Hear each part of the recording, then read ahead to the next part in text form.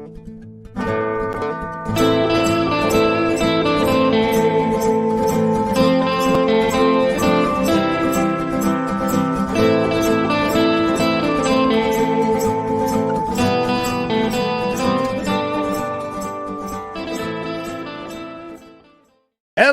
and welcome everybody to another live episode of the Outlaw Nation show here on the Outlaw Nation channel. I am the Outlaw John Roque. I'm excited to be coming to you live tonight with our monthly Q&A Ask the Outlaw episode. We do this.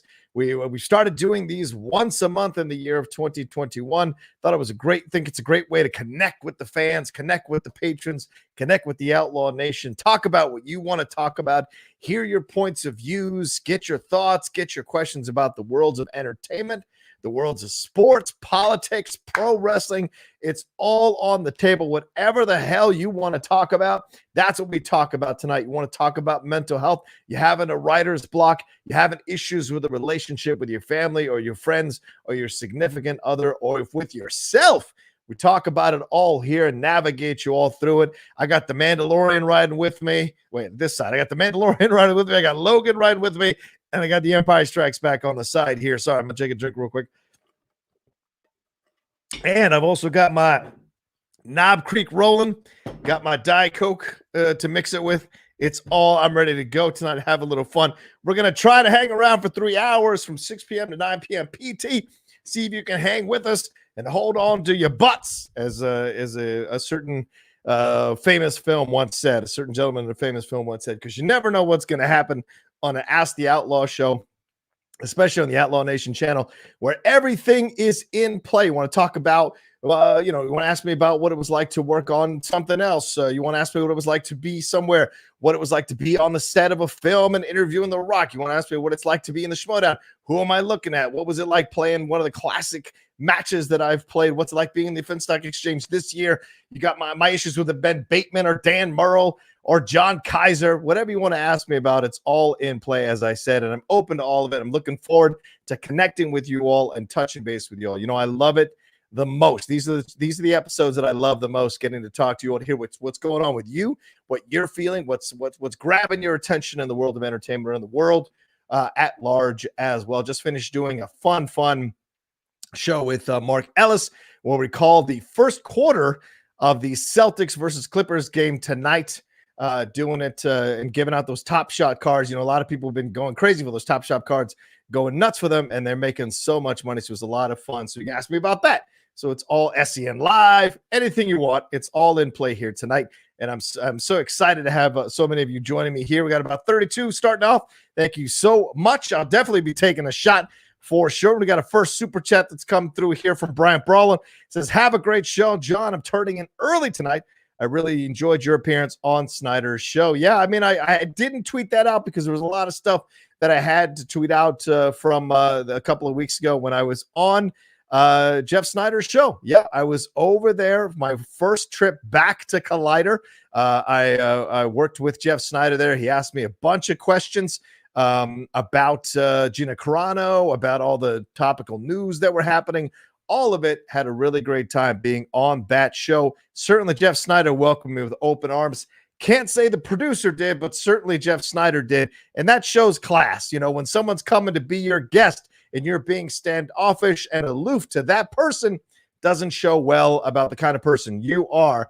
But I kept it professional, and Jeff Snyder was great. So much fun, and I appreciated going back under that C banner and having a fun time with my brother and talking about all the things going on in the world of entertainment, everything he wanted to talk about for sure. Good to see you all in here. Hello, Maria. What's up, Drunken Prayer? What's up, Chris?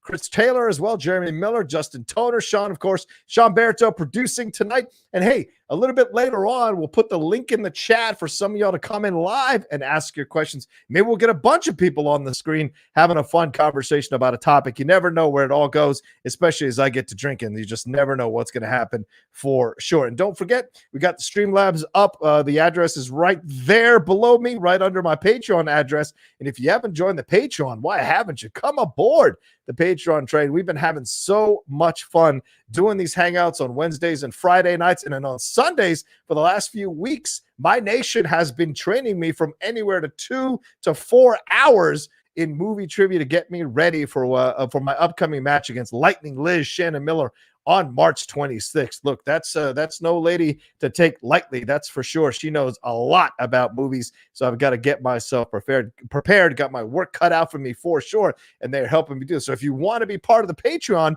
you can do that there at that address and then come aboard and start training me as well. It's been incredible. Shout out to Soul, to Sean, to Royko, to Chris, to all the people of Justin, Josh Mabry, Preston, who's just there to bust my balls the whole time.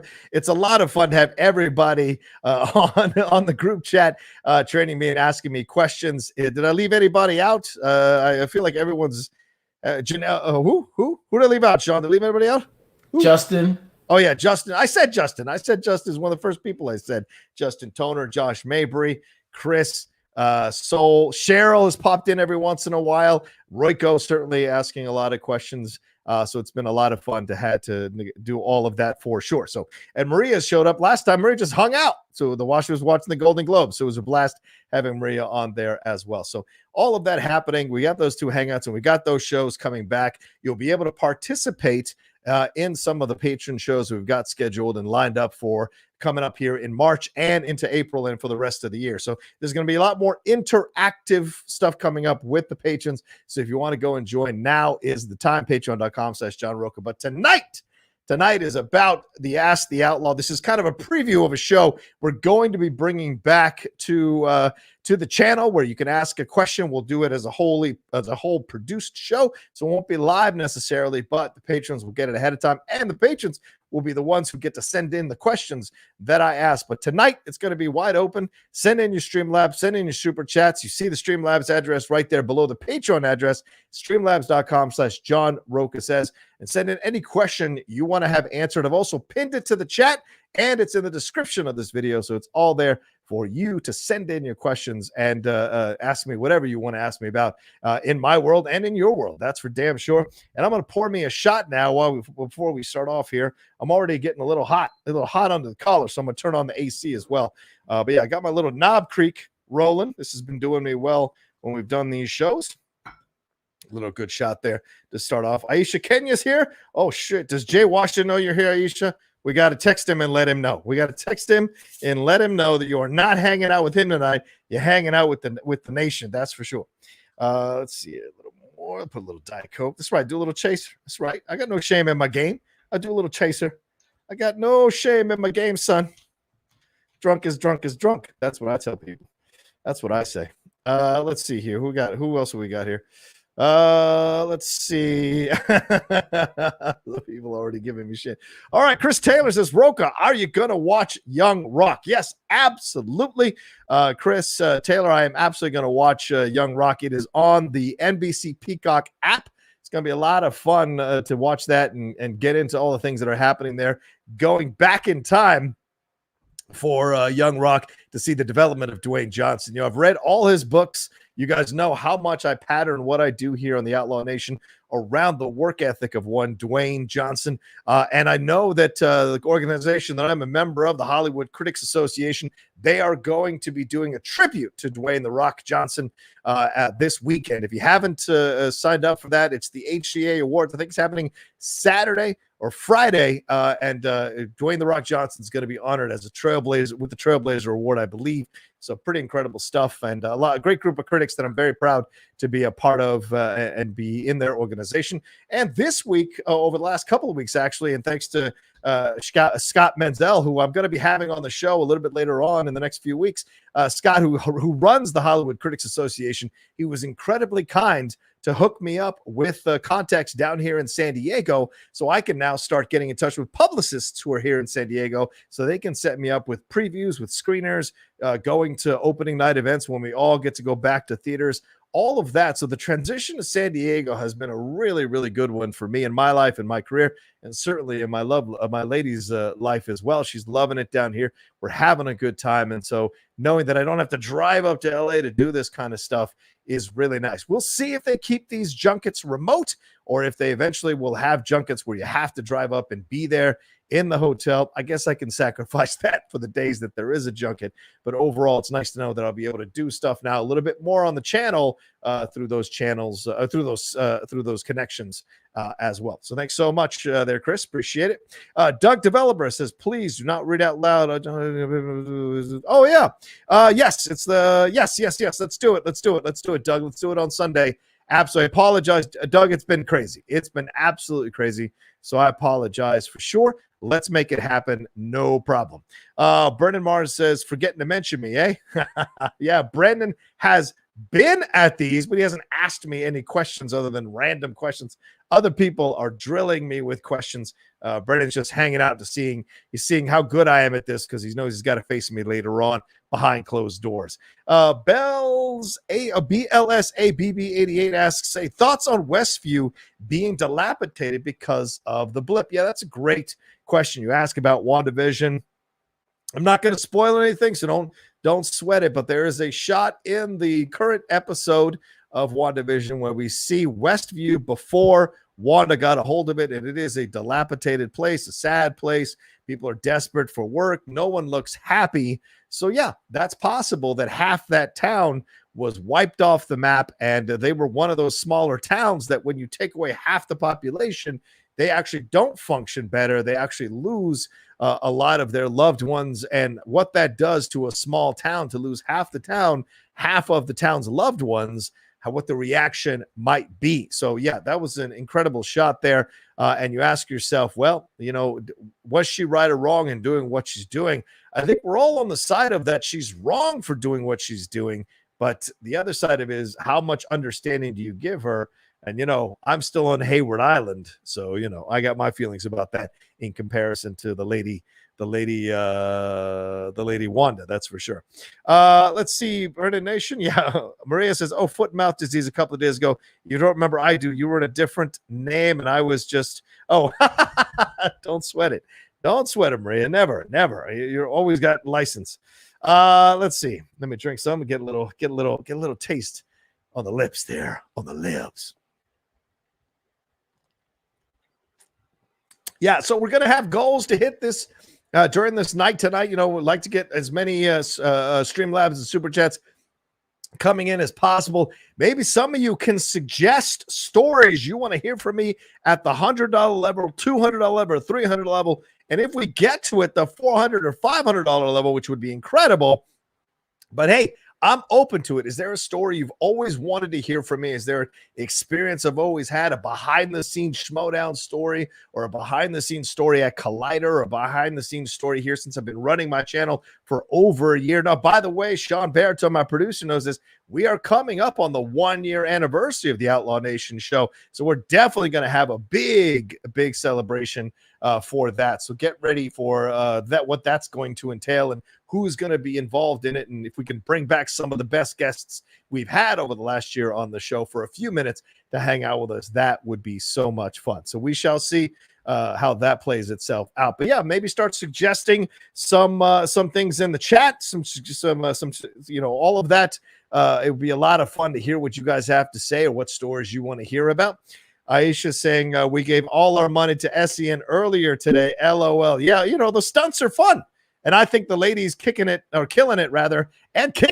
on SEN Live was great. And they, Bonnie Somerville showed up. So, I lose that bet because it was the over-under and I took the under. Well, she showed up. So shout out to them. They were incredible. They were fantastic for sure. Let's see. Cannon Rock says, how much for a story about your worst interview? Yeah, I mean, I think 100 is good. 100 is good. Oh, wow. They almost made 5K this morning. 5K? Really? Holy guacamole. Wow. Well, shout out to them. Yeah, I think if we get to $100, I'll give you my worst interview story. That's fine. And I could definitely go behind the scenes on that. So we'll keep a tab on that and take a look at that for sure. Let's see here what we got. Justin Toner sent in. He said, evening, John. Thanks for the shout out. Glad to help with the questions for Schmodown training. Did you see what happened on WWE Raw last night? Lashley destroyed The Miz and won the WWE title. Drew and Sheamus had a banger match.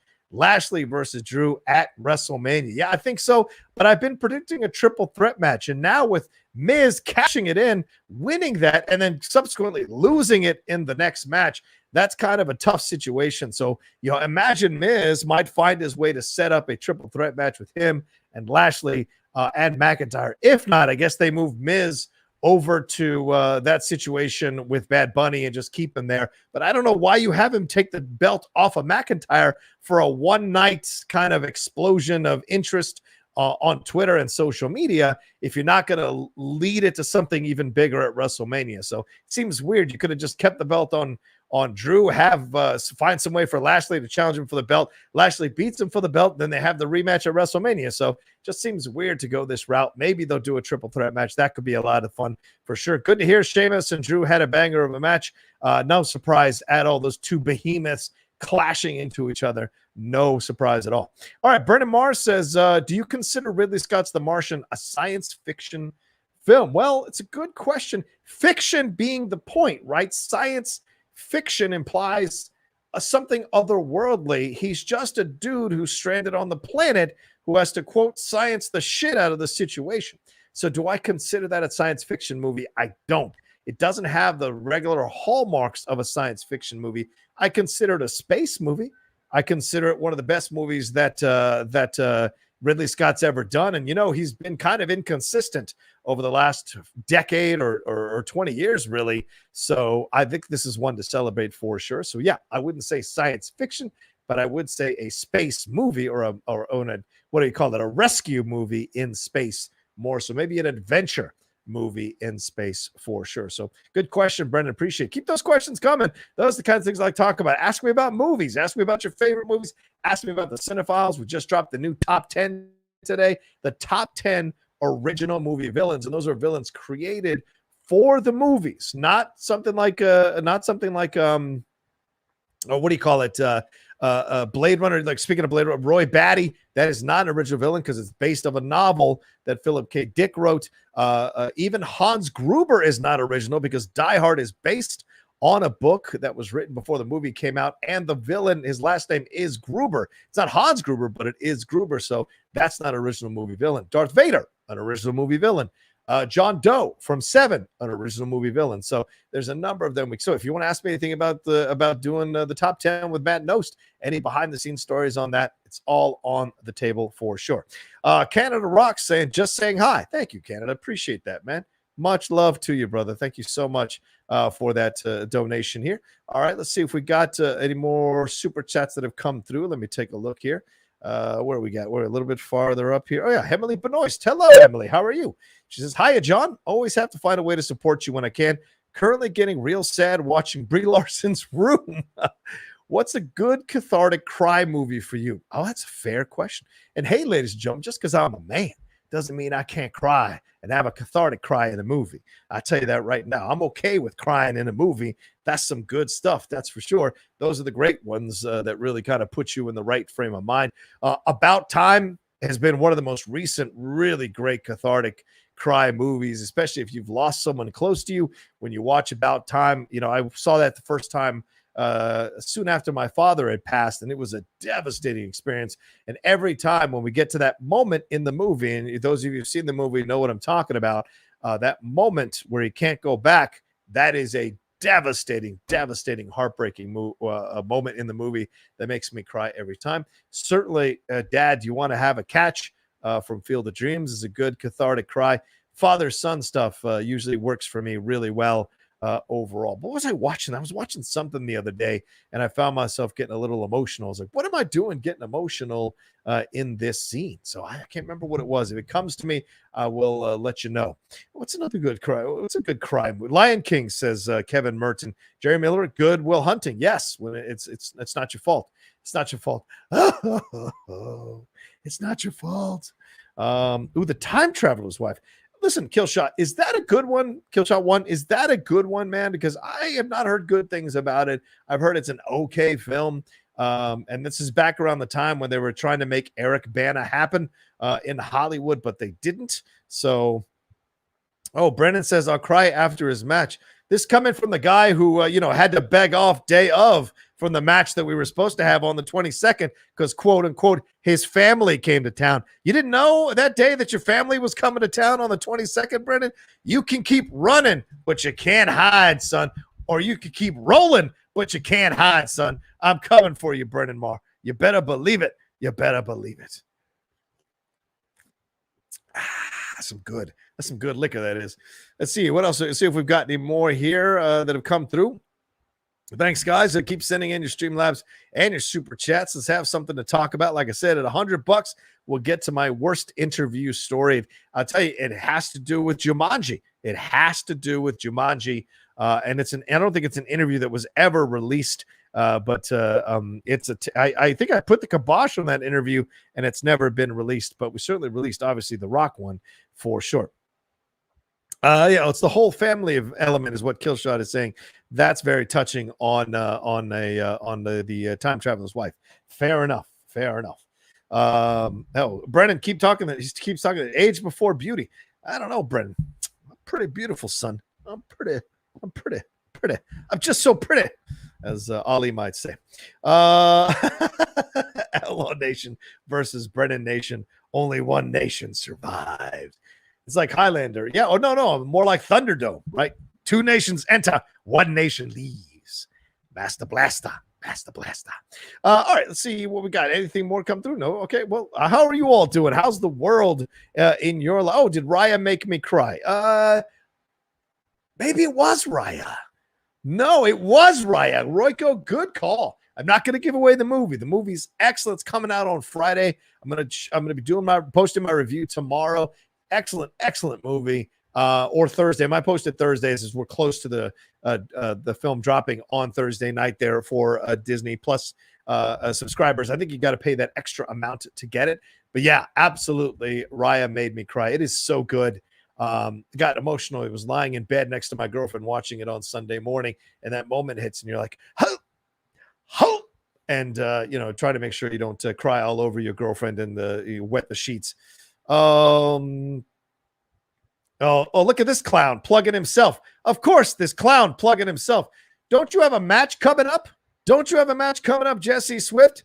You talked all your crap, and now let's see if you can back it up in the ring. Pissing off the entire Schmodown universe is a tactic, but if you can't back it up with wins in the ring, then you're just flapping your gums. You're pissing in the wind, son, and it's blowing back onto your face. I've seen many of the young bucks come in to the Schmodown, and some people know how to do it, and some people don't know how to do it. It always comes back to the W's. If you don't get the W's, the L's will bury you, no matter how much of an a-hole you are on social media, on Facebook or on Twitter. Nobody cares if you can't win. We might have to block him. Let's kick him. We might have to kick him out of the chat. Put him in timeout if he's plugging his own shows. Put him in timeout, for God's sakes. No surprise you're doing some of the Bibs. Bibs will do these shows. Bibs is a good man. He'll find time for everybody in his life. And of course, they're on the Quirky Mercs together. So the shows are coming up real soon. The matches are coming up real soon. There's going to be so much happening in the month of March for the Schmodown. A lot of points out there for people to get if they can get those victories. And we'll see if Jesse gets his victory. We shall see. Jesse, you weren't even on our board. Jesse, you weren't even on our board, son. Jesse, you weren't even on our board. Please, we didn't grab you. You weren't even on our board, son. No one even spoke about this. The second your name came up, it was like that scene in Animal House when Flounder comes up on the screen and they throw their beers at the screen. It was like that when someone brought up your name, Jesse. So trust me, you weren't on the board, my man. Woo! Woo! Can you feel it? We're almost at 100 people watching us. Thank you so much. Please hit that like button. Don't forget to hit that like button. Like button is really important. All the likes you leave, all the comments you leave for those of you who are watching later, they help raise the visibility of the show and the channel itself. We're building. We just crossed 16,100 subscribers. We're close to crossing 16,200 subscribers. It's been really great to see so many people gravitating to the channel recently over these WandaVision reviews, showing what we can do when we get together on the Geek Buddies to do stuff, and showing what we've got in all the content. The Impolite Truth show, the politics show I do with Dorina Arellano on Thursday nights, the Jedi Way show, the one we just did talking about Gina Carano, that's over 4,000 views, one of the highest rated ones that we've had, or highest viewed episodes we've ever had on the show. So shout out to Laura Kelly, who's incredible. And I heard some people were coming for Molly Damon today on Twitter. You know, I'm of two minds of that situation, right? I'm of two minds of that situation. Because I'm like, Molly, you can't touch Molly. She's untouchable. She's a sweetheart. She's so smart. She's so awesome. I should have her on the show actually really soon. I had that title hogging husband of hers on the show. I should have the better half, and I mean that, the better half, on the show, and have her as a guest on the Outlaw Nation show. But I heard some people were going after Molly, and Laura herself, Laura Kelly, had that cup that said fanboy tears. I think these are all great pictures and they're all valid, but I think we all know in Star Wars, in the fandom, it's fanboy and fangirl tears. So I want to get a coffee mug that says fan people tears, because that's what it is, or fan person tears, because you see it on both sides. I made a joke about the Raylos a year and a half ago, and the people came after me, from male and female came after me for that, the offhand color joke that they were unhappy about, saying, like Adam Driver's pecs drives the world, something like that. So it happens. So that's what I would say. But yes, absolutely. Molly's incredible. She's fantastic. Emily Beloy says, my last 2 weeks, Rockets lost their 12th in a row. Mask mandate lifted in Texas. Tore out drywall because of frozen pipes. Everything is terrible. Oh my God, Emily, I'm so sorry. Well, the Houston Rockets, look, you got rid of DeMarcus Cousins. You got John Wall. All the depot turned down an extension. They got rid of Daryl Morey, and I feel like it's been a absolute free fall ever since. He made a comment about China that really messed things up for them in Houston a little bit in the NBA, and he moved on from that situation. But it seems like he was really essential in keeping that team together and bringing in players to complement James Harden so well. And it hasn't really worked out for them in a positive way. But I'm sorry about the mask mandate as well. I don't understand what that governor is doing. My personal opinion, look, I've been drinking, so I'm going to tell you truths. I think the reason he lifted the mask mandate is because he's a Republican governor, and not all Republican governors are like this. We certainly saw a lot of the people who were in charge of elections on the Republican side of things in Georgia and Pennsylvania and Michigan push back against the former president when he was trying to kind of turn things around there and steal the election himself. We saw him push back. So not all but certainly this Jim Abbott clown, he got out there and he said, no mask mandate, opening all the businesses. And I think we all know why, don't we? Like, in the cynical part of ourselves know why. Because a majority of these deaths and the people getting sick, percentage-wise, it is higher from COVID. It is higher in the Black and brown communities, which tend to vote blue overall. So he doesn't care if he lifts the mask mandate, because that'll affect the Black and brown communities more than it'll affect the white communities. And I'm sure he's setting up vaccine stations in predominantly white communities quicker than he is in these blue communities, in these Black and brown communities. And so what does he care if these people start to die off? Because it's not their voters. It's not GOP voters. These are most likely Democratic voters. So they weren't going to vote for him anyway. So it's a dangerous situation that they're playing with there, especially right on the heels of the winter storm and all the things that happened there in Texas, and old Teddy running off to Cancun and then making jokes about it at that CPAC convention.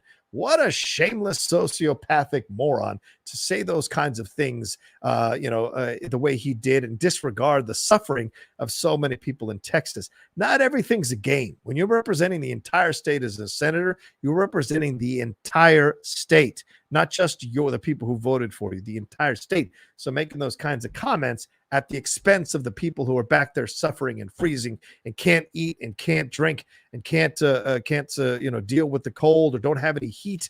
It is a horrific thing that he did while he's, flying off to Cancun and enjoying his life with his wife and his kids. It's ridiculous. And people should be calling him out for damn sure. Thank you, Billy Atwood. He says, I love you, Rook. Thank you, Billy. I love you right back, my man. Love you right back. So give a shout out to, this is what Aisha said, 20K in July, Roka, calling it now. Well, let's see, Aisha. July's just a few months away as I look at my watch. I would love to get to 20,000. We shall see. Got to get some more content on the channel. I think that more people want to watch maybe more of that kind of Geek Buddies WandaVision content. Maybe we start doing some more of that on the channel. We shall see. All right. See, yeah. Why are people I like this 251239.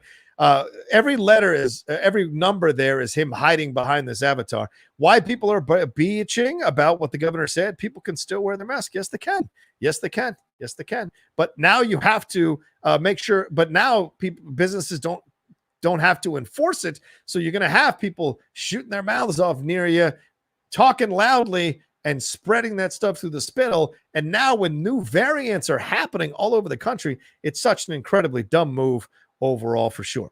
Let's see here. All right, let's see what we got. We getting more Streamlabs or Super Chats that have come through. I'm checking right now.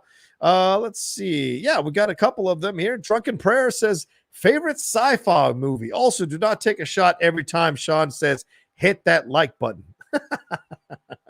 All right, I won't. I appreciate it. Thank you, Chris. Favorite sci-fi movie? You know, I just ordered the poster. It's going to be here in a couple of weeks. I think it's tied. I'll be honest with you. It's 2001: A Space Odyssey and Blade Runner. So I ordered both of those posters. They will be here. They're kind of unique looking, interesting posters. And I'm going to put them up on the wall here side by side where you see the Mandalorian and the Empire Strikes Back poster. So every once in a while, I'm going to trade them out depending on the show I'm doing. I might order some sports posters as well to change out and put up when I want to talk sports on Game Time. By the way, how have you guys been finding JT? I've really enjoyed JT on Game Time. He's been an awesome person to bring back into my life. He's been fantastic on the show, and I hope you all are enjoying him on the show. He's not going anywhere. Winston might be coming back next week, so we might be doing a 4-person show going forward for Game Time. Might mean less subjects that we tackle, but I think we're going to get some good points of views all around and some fun conversations for the show. So look forward to that coming down the pike for sure. So yeah, Drunken Prayer, I would say my favorite sci-fi movie is probably is the tie between Blade Runner and 2001: A Space Odyssey. The Space Odyssey because it's a timeless classic. And by that, I mean, you can watch Space Odyssey in 2021 and it feels like it was filmed in 2021. The special effects, rather, the storyline, all of it feels very topical. And as for Blade Runner, that's one of the best stories ever written, one of the best stories ever made. Harrison Ford is incredible. Roy Batty's Rutger Hauer's characterization of Roy Batty is exceptional. One of the best villains, one of the most interesting villains you're ever going to come in contact with as you watch it in a movie. Just incredible stuff for sure. All right, Joseph Curran says, hey, John, sorry I haven't been around in a while. Don't sweat it, Joseph. Been super crazy busy over the past couple of weeks. I get it, brother. I've been there too. I have recently gotten into Paul Newman movies, and I was wondering what some of your favorites of his were. I personally loved HUD and Cool Hand Luke. All right, let's jump into this. Let me look at the IMDb of Paul, because I can name like 5 off the top of my head, but I want to make sure I give some love to his entire resume here. As I know you gave in, you sent in a nice chunk of change here. Let's see here. Let's start with, all right, Cat on a Hot Tin Roof. Fantastic stuff. If you haven't seen that, him and Elizabeth Taylor bringing that Tennessee Williams play to life on screen with Burl Ives there as Big Daddy. It is an exceptional film. The Hustler, that's really where you want to start. That's the number one place I think you start if you want to understand Paul Newman. He is a beautiful, beautiful dude. He plays his roles like a character actor. He is not your standard ingenue lead. He is very much a character actor in a lead's body. And so it's great to watch him bring that kind of expertise and that kind of craft to the roles he works on for sure. HUD is incredible. As you mentioned, love HUD. HUD's one of those tough films to watch for sure, because he tests you about the kind of guy he is, and are you forgiving him or understanding him because he's good looking, or is it because he has a charm to him? And if you do hate him, you have every right to hate him because he's kind of an opportunist throughout the movie. Hombre is a fantastic Western that not a lot of people talk about.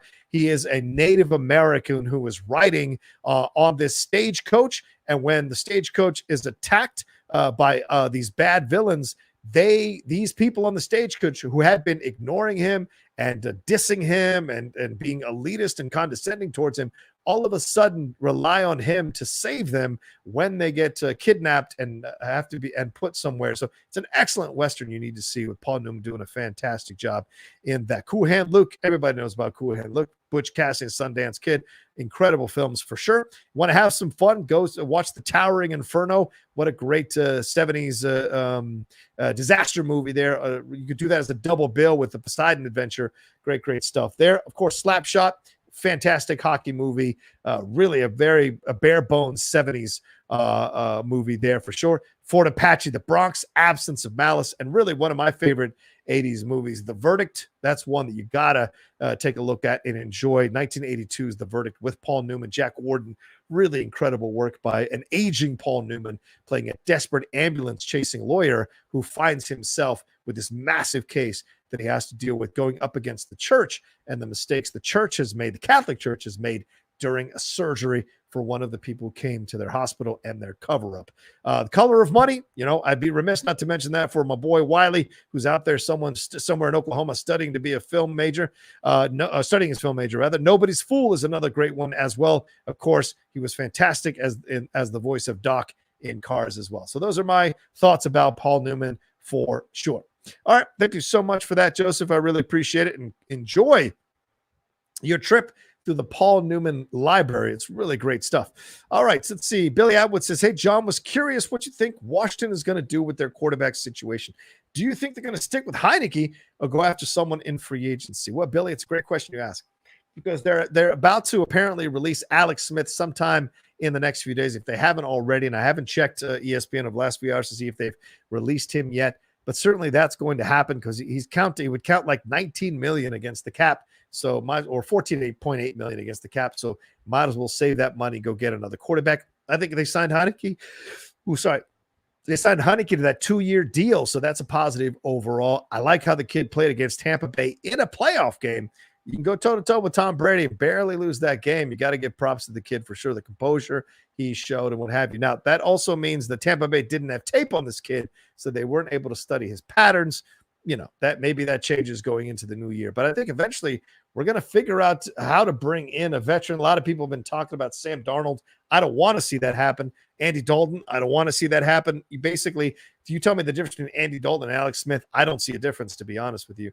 Both are game managers at this point, not game changers overall as quarterbacks. There's been talk about trading for Deshaun Watson, but I don't think they have anything to try to get Deshaun Watson. Derek Carr has been a possibility that they kicked around with the Raiders. But in the end, I think they're just going to find one of these journeyman quarterbacks, maybe even Fitzpatrick coming out of Miami. If they can lure Fitzpatrick out of Miami and get him and promise him starter minutes with Heineke behind him, maybe learning the game behind that guy. Who knows? Who can say?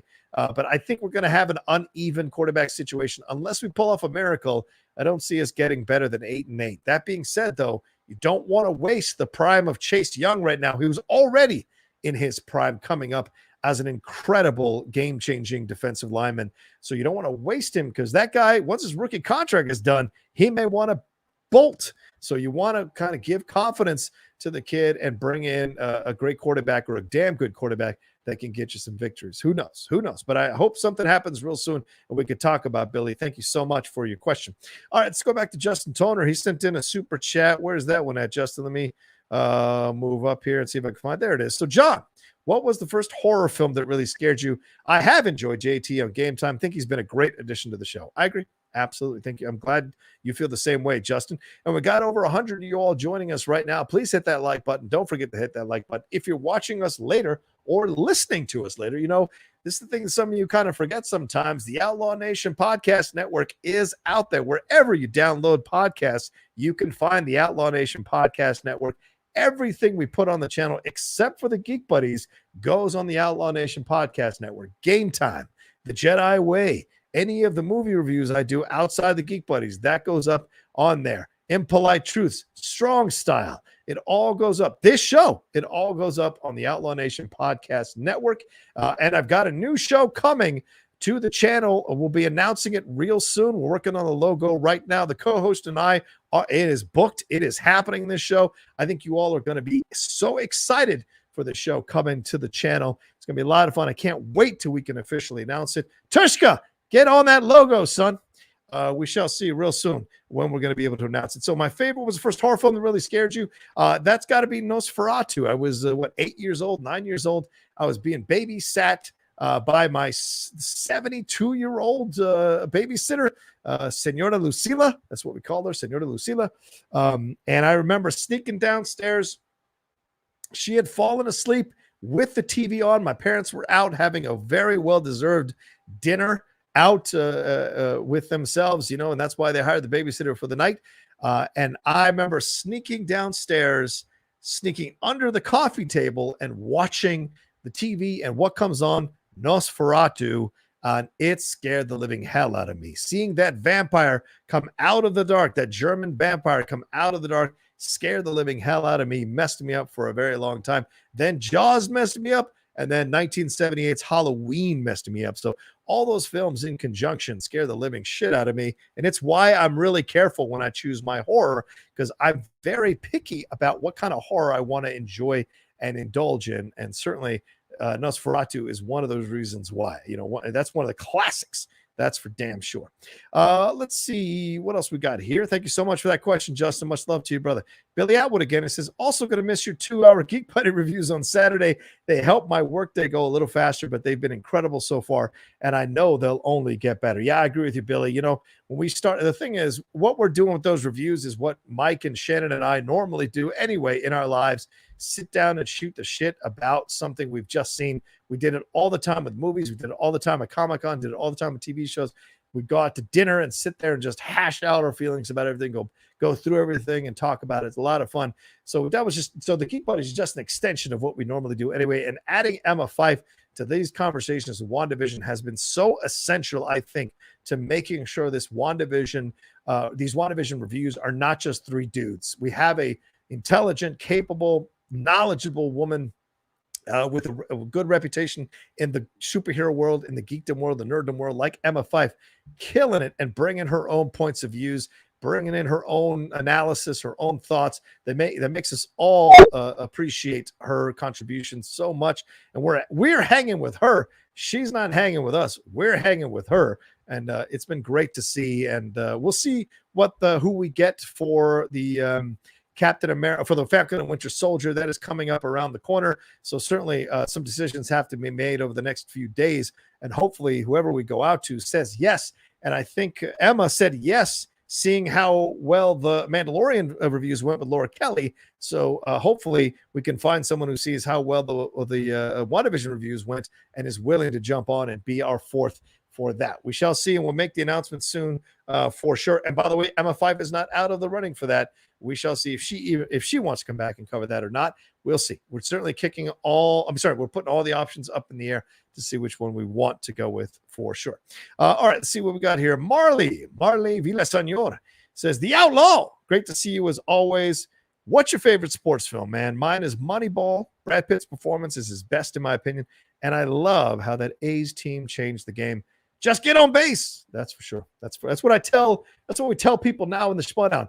Just get on base in that first round, and anything can happen when you go into that second round. That's all you got to do. You just got to get on base. You got to hit for percentages, not try to knock it out a home run every single time. As you saw in that match with where we took on Final Exam, both Dan and I had perfect rounds coming out of that first round and answered the question correctly for the bonus question, and it looked good for us. And then, of course, we fell apart on Eddie Murphy. So, you never know what can happen. So you just want to get on base, because that second round, any number of things can happen. I've certainly come from behind in the first round. Remember my match with Kalinowski one-on-one? He was killing me coming out of that first round, and I got him in that second round. So you just want to get on base. All right, so my favorite sports film, it's tough. That's really, really tough. I think it has to be Hoosiers. Probably Hoosiers is my favorite sports film. Although Cinderella Man is starting to come up real quick on its heels. Let me see if I've got some other ones that I might be forgetting about. Best sports movies here. Let me see. Oh, yeah, Rocky for sure. That's for sure. I love The Natural. That's a great sports movie. Let's see. Raging Bull. Absolutely. I don't understand the Bull Durham thing. A lot of people really enjoy the Bull Durham thing. I'm not one of the big Bull Durham people. $1 Million Baby is exceptional. A League of Their Own is fantastic. Chariots of Fire. That's really one that I will always come back to. We did it on the Cinephiles. I had an incredible time. I'll be honest with you, that may be my favorite sports film. There's a lot that happens in that film that kind of connects to my own life, my own feelings about my religion and my negotiations with my faith through my years.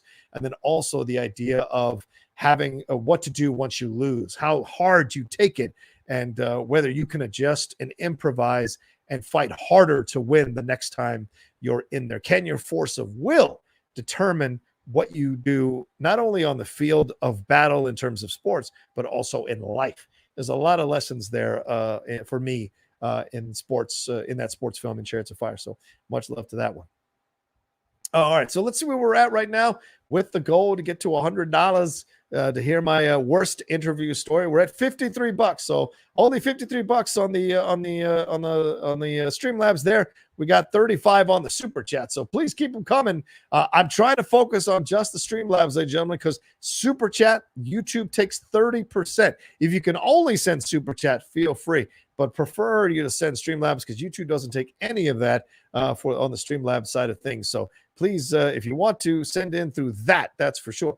All right, let's see who else we got. Let's see what else we got here that came through. All right, yeah, Buckeye Jet. Thank you, Buckeye Jet. He said, QBs are sometimes like actors to me. Do they suck, or maybe it's bad coaching or direction? What's your take on Sam Darnold? At what point of his career did you know for sure that Heath Shooter, also a third overall pick, sucked? For me, I got to be honest with you. I'm going to take the glasses off because I need to focus on this answer. And I'm going to have a little bit of drink. The throat's going dry.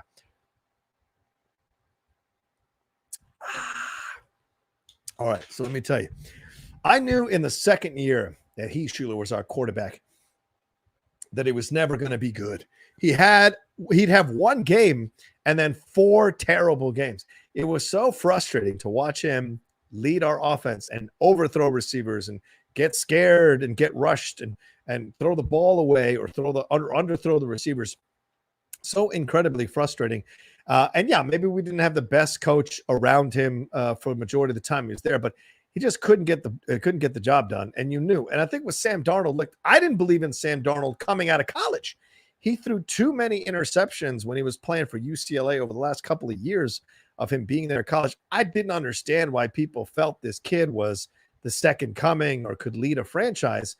College, just like Jameis Winston, right? Jameis Winston threw all those interceptions in the last year of his college eligibility. He had that horrible game against Oregon in the national semifinal. And that showed you that he had one great year. And then the things that he was doing so well in that one great year, all these other defenses planned for. And when the time came for him to really step up and prove everybody wrong, because remember, a lot of people felt that we shouldn't have even been in that college football semifinal against Oregon, he crapped the bed. And in the NFL, he is at 500 quarterback at best. And people saying, "Oh, they fixed his eyes," and Sean Payton really believes in him. We'll see if he's the starting quarterback for the New Orleans Saints next year. I guarantee you, if the Saints could get Russell Wilson, and there's a lot of rumors that Russell Wilson might be available, or Deshaun Watson, if they could swing a trade in some way, I guarantee you Jameis Winston is not your quarterback for the New Orleans Saints next year. I think for all their talk, you always want to talk up the people you have so it raises their trade value so you can get something better. Fine, I know Jameis is a free agent, but it doesn't mean he can't be a sign and trade.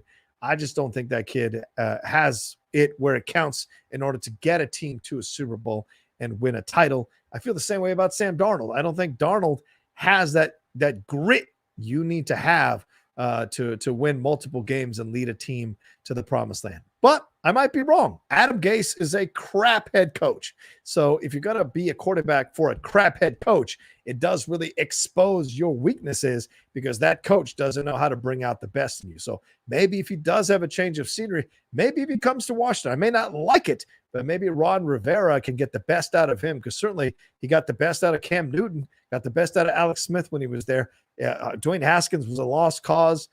And certain regard, what's his face? Kyle Allen was looking good before he got injured. So you just never know what may happen. And that's another part of this too. Kyle Allen may end up being our starting quarterback next year. He's done it for Carolina, and he did it for us for a couple of games before he got injured. So who knows? A lot of things up in the air for sure. But yeah, I don't think Darnold's any damn good. Well, you know what? I'm just going to keep these glasses off because the headphones are hurting the lenses a little bit. All right, sloth underscore is underscore legend. All right, I think that's a little Goonie. The Goonies shot at me. He says, "Hey John, I see a lot of people say that the twins and Hex vision aren't real. But Agatha says Wanda is capable of spontaneous creation and not spontaneous illusion.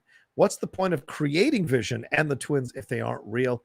Thanks, man." Well, I mean, if they were real, they could go past the energy field, right?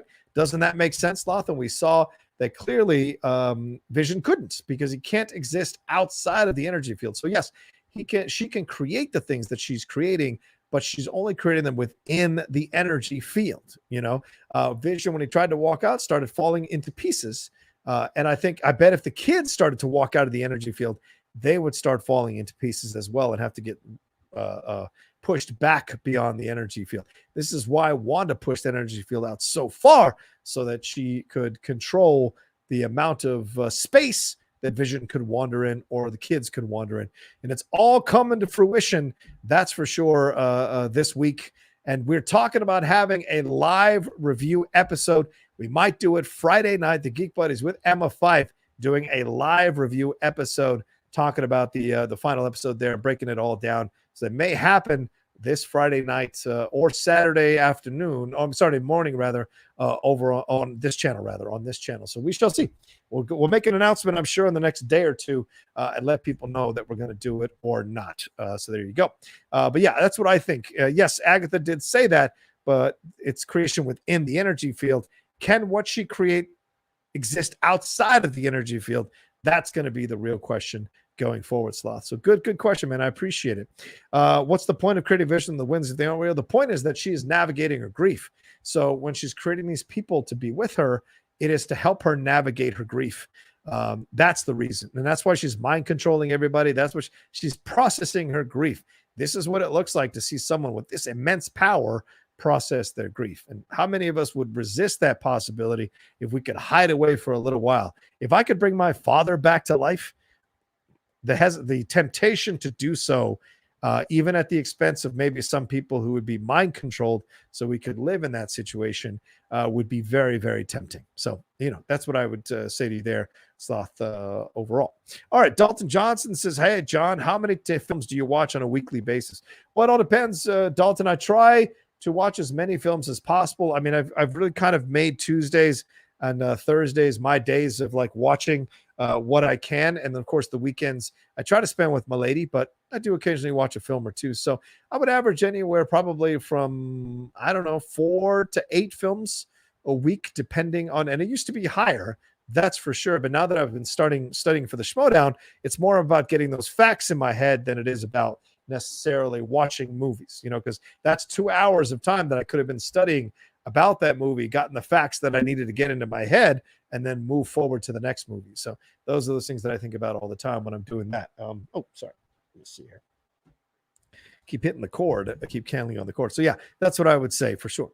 All right. We got 103 of you. Thank you all so much for watching right now. Really appreciate you all for sure. Cathartic says, "I'm impressed. You can read the chest without his glasses." Kiss my ass. Kiss my ass, Rico.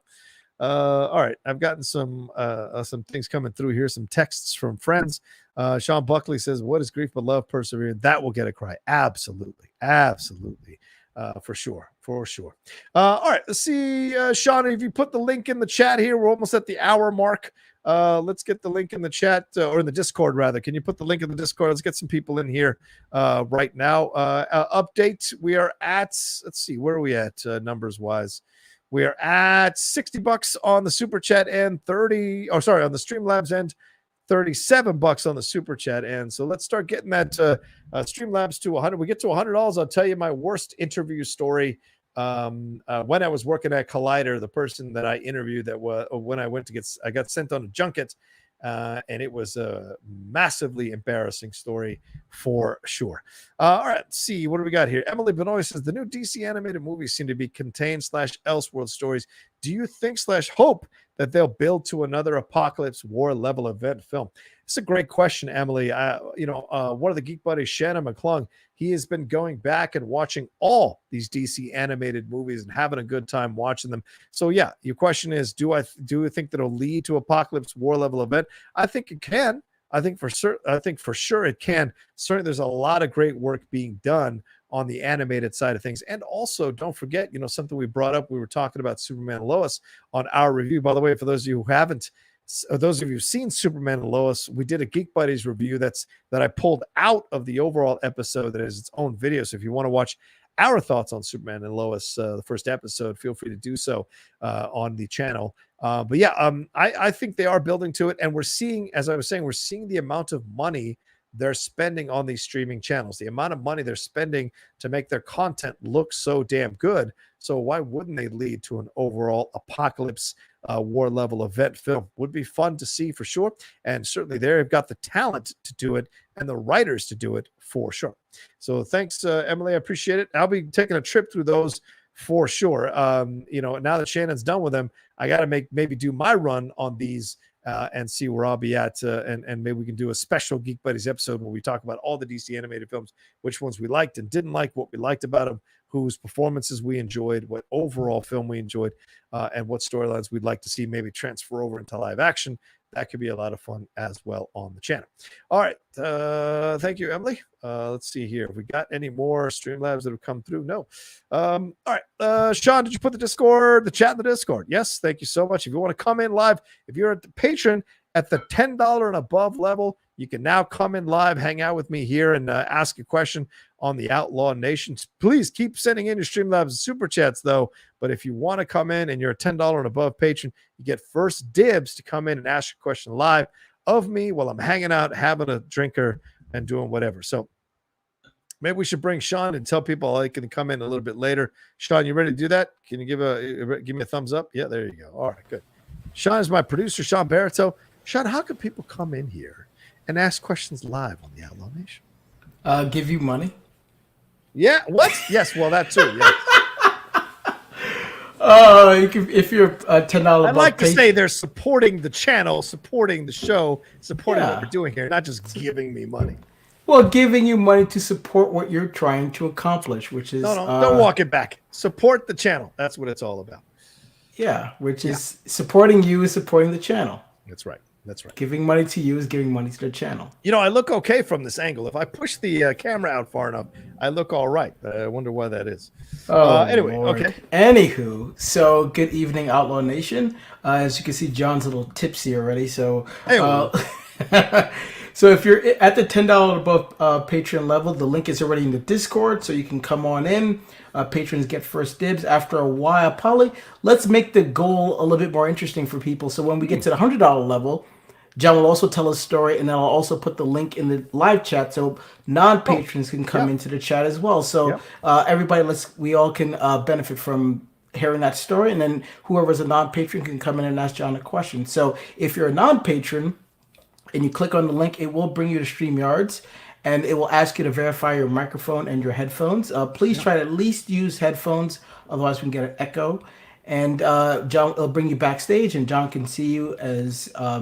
and he can bring you in at any time. So please try to be ready. And I have a question ready so we can get through as many people as we possibly can. And if you're watching the show post, which I know a lot of us do, please also hit the like and leave a comment as well. Yeah, that would be good. Very well said, Sean. You got a question, you son of a bitch? You got a question? Oh, Lord.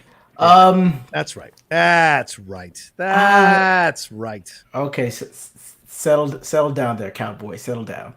You don't tell me to settle down on my show, son. I tell you to settle down. And what's your question? I'm just curious about and the patrons are starting to come in. So good. I was just curious about the Marvel shows. Huh?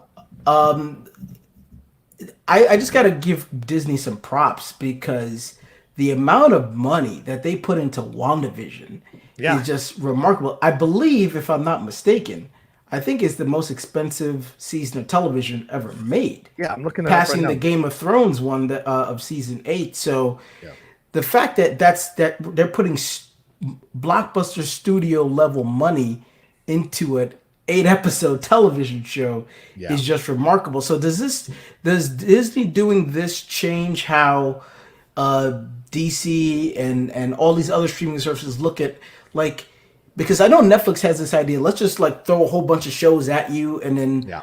one will stick, one won't. Will this kind of change the game in the sense like maybe it's not so much quantity, maybe it's quality. Maybe we actually spend a lot of money on a couple of shows and really make them stick, because we know Amazon's going to do that with that Lord of the Rings show. They're going to spend a truckload of money, and then HBO is going to do that with all those two Game of Thrones prequels that they're working on. So you think Disney's kind of changing the thought process of how to deal with these streaming shows?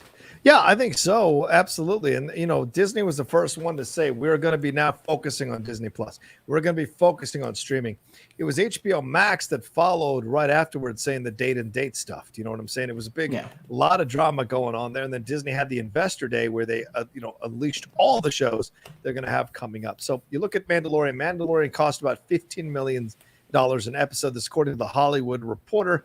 And then the Falcon and Winter Soldier, WandaVision, Hawkeye will get could cost as much as $25 million per episode. That's insane to consider how much money. I mean, Paul Bettany, I think, said it in an interview that they spent more on creating the special effects for WandaVision than they did for Endgame. And you went that final battle Endgame is incredible. So I have a feeling we're going to get an incredible final episode for WandaVision with maybe some pretty powerful battle scenes going on. And, it's going to be Vision versus Vision, White Vision versus the other Vision. So it's going to be very interesting to see how much money they put into those effects. But this is the pattern now going forward with all the studios. I think once they've realized that streaming is the way to go, they're going to sink their money that they would normally sink to the budgets of films and put it into their TV shows. Because people are going to be watching those TV shows in large numbers. There's going to be ads they put up there, not obviously during the show, but there will be advertisement either before or after the show. They can connect to. They're going to have more subscribers, which leads to a consistent money base. You can use that to levy or leverage yourself in a position where you can get more money, more investors. All of that is, I think, how they're looking at it overall and how they're putting it together. That's what we see here with all these studios focusing on it more and more. That being said, though, remember today, Joe Biden said that they have purchased enough vaccine doses to vaccinate everyone in the United States by the end of May. It doesn't mean they're going to vaccinate everybody by the end of May. It just means they're going to have enough vaccine on hand to vaccinate everybody by the end of May. And you're seeing more and more people getting involved in this. We saw, of course, Trump and Melania. That came up today, that they got quietly vaccinated in January before they left the White House. They didn't say anything about it. You know why? Because it's not political feasible. They still want to, keep being the anti-mask people, keeping this is all a hoax crap.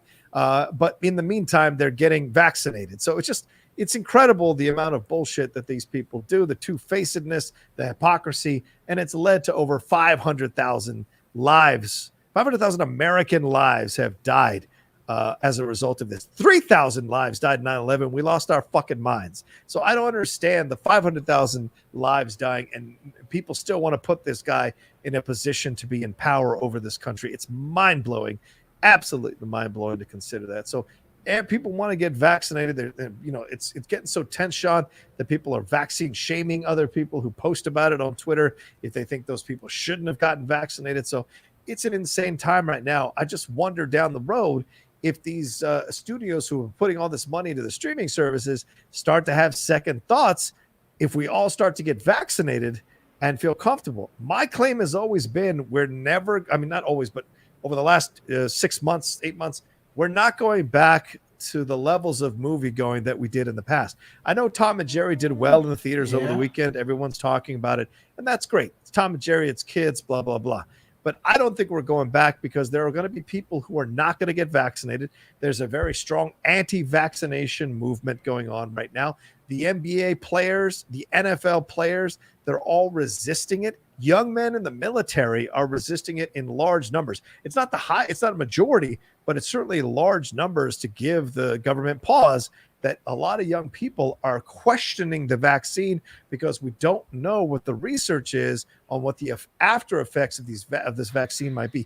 Everyone is saying it's safe who's involved in it, but we don't really know if like 2 years from now you can develop cancer from the vaccine or develop some kind of growth or something from the vaccine. Because remember, they rushed to get this thing out there because Trump wanted to trumpet the vaccine so he could get reelected. It didn't happen. Now people question it because they don't have enough information about it. Well, I mean, who's to say what the lasting effects if you get COVID are? Like, there's a lot we just don't know. But I mean, we could talk about that on Impolite Truths. But going back to the WandaVision Q&A episode, we talk about whatever we want. It's Q&A episode. Go ahead. Okay. Go ahead. All right. But back to the WandaVision thing, I had to go. I went back and watched when Kevin Feige first announced everything in Phase 4. Yeah. And the original schedule was WandaVision was going to come out, and the next thing that was supposed to come out was Doctor Strange in the Multiverse of Madness. Yeah, right. So I'm really starting to think I'm still on the Mephisto train. I'm still on that train. Really? I'll drive that train. Mislaid in the game. Yes, because I think looking at how it was supposed to come out, and obviously COVID changed all that, and the fact that they still haven't announced who the villain of that movie is, and they're still shooting it, I still think what Paul Bettany was talking about is whoever is playing Mephisto, and I think he's going to either cameo or show up at the end of that of Friday's episode, and that is going to lead directly into that movie because it literally was supposed to be the next thing right after it. So it would make perfect sense that they would do something like that. It just makes more sense in my brain that way. Yeah, I could see that. Jock Schaefer today on EW in one of the interviews she gave, she said, "I don't think we're going to satisfy everybody who has been kind of waiting for this finale to happen." She didn't mention a Phantom 10th episode, so maybe there isn't a 10th episode. So, we will see if this is the last episode. But she said, I don't think we're going to satisfy everybody. I don't think people have all their fan theories, and I think a lot of people are going to be upset. That's the chance you take when you create a show that becomes a national, global phenomenon. There's a lot of expectations that come into it. Ask J.J. Abrams. Ask anybody involved with Lost or involved with Game of Thrones or anything. There's a lot of expectation that comes with creating a globally recognized show. So we shall see. They've done incredible work so far. Yeah, if I'm wrong, and I think people have to understand that we're not going to, regardless of what they do, we're not going to get all the answers on Friday. No. Some of those things are just going to bleed into Doctor Strange 2. Some of those things are going to bleed into Spider-Man No Way Home. A lot of these things are going to get answered in this movie, in this show, and a lot of things might get answered later on. All these seeds that they're dropping about Sword and everything else, they're just seeds now, and then they get some water, and then they'll pay off down the road. So maybe because we're definitely going to see Monica in Captain Marvel 2. So it's like we all just have to be like, relax. This is not like this show comes out and then that's the end of everything. Like, just relax. That's a fair point. All right, cool. Thanks, Sean. Anything more? Nah, I'll be in the background. Yeah, you'll pop in and out. Thank you, brother. Appreciate it. That's Sean Barreto, my producer on the show. Yeah, I'm getting a little tipsy. Let's have it. We're an hour in. Woo! All right, let's see. We got 2 Streamlabs. Then we got a bunch of people waiting to come in live and ask their questions. Please keep sending in the Streamlabs and SuperChats as we go along into our second hour now. My God, I've been talking for an hour and 10 minutes straight. Lord almighty. How does Howard Stern do this every day? Well, it's good to have like people around. It keeps the balance, right? Robin Gibbons, Baba Booey, all those people, what have you. So yeah, that's what helps. All right, Scott Welsh donated. Thank you, Scott. Appreciate it. Says, hey, Roca, thoughts on that first look of Peter Jackson's Beatles film from a few months back? Top 3 non-Beatle Harrison songs. Okay, first of all, the clips, the trailer rather, incredible. I actually rewatched it again on my channel. I'm sorry, on my TV here the other day because I was just in the mood. I was flipping around on YouTube and I saw that come up as a suggestion. I was like, let's watch it again. It's stellar and it's gorgeous. The remastering they've done on the video on that is absolutely stellar. My only issue is I wonder if Peter is going in trying to change the narrative that this wasn't kind of a divisive, corrosive situation detailing the destruction and the end of the Beatles. Because remember, there is a Abbey Road documentary that's been out there, and it has shown some of the worser parts of their interactions as they're making the album. What is it, kids? It's an album when they made it. So I just wonder if Peter is kind of, softening the edges or sanding on the edges, because the trailer is a very happy trailer. Or maybe he's presenting a more fully realized approach to it, where you see the battles, but you also see them making up with each other, them being friends and creating music. That's what you really want to see, right? The battles are fine to show, but you really want to see the genius of these four men coming together and creating the incredible lasting music that they created. So I love that. All right, George Harrison songs that are not Beatles songs. Hold on. Obviously, My Sweet Lord. I'm going to put that in there. I think I'm going to put When We Was Fab. That's for sure. And let's see. George Harrison songs. Yeah, got my mind set on you. I mean, I can't because I always think of Weird Al Yankovic. This song is just 3 words long. The song is just 3 words long. Let's see. Here Comes the Sun. No, those are all. I guess What Is Life, right? Do do do do do do do do do do do do do do do. I think that's the song. Am I wrong on that? Hold on, let me play it for myself. Yeah. Yeah.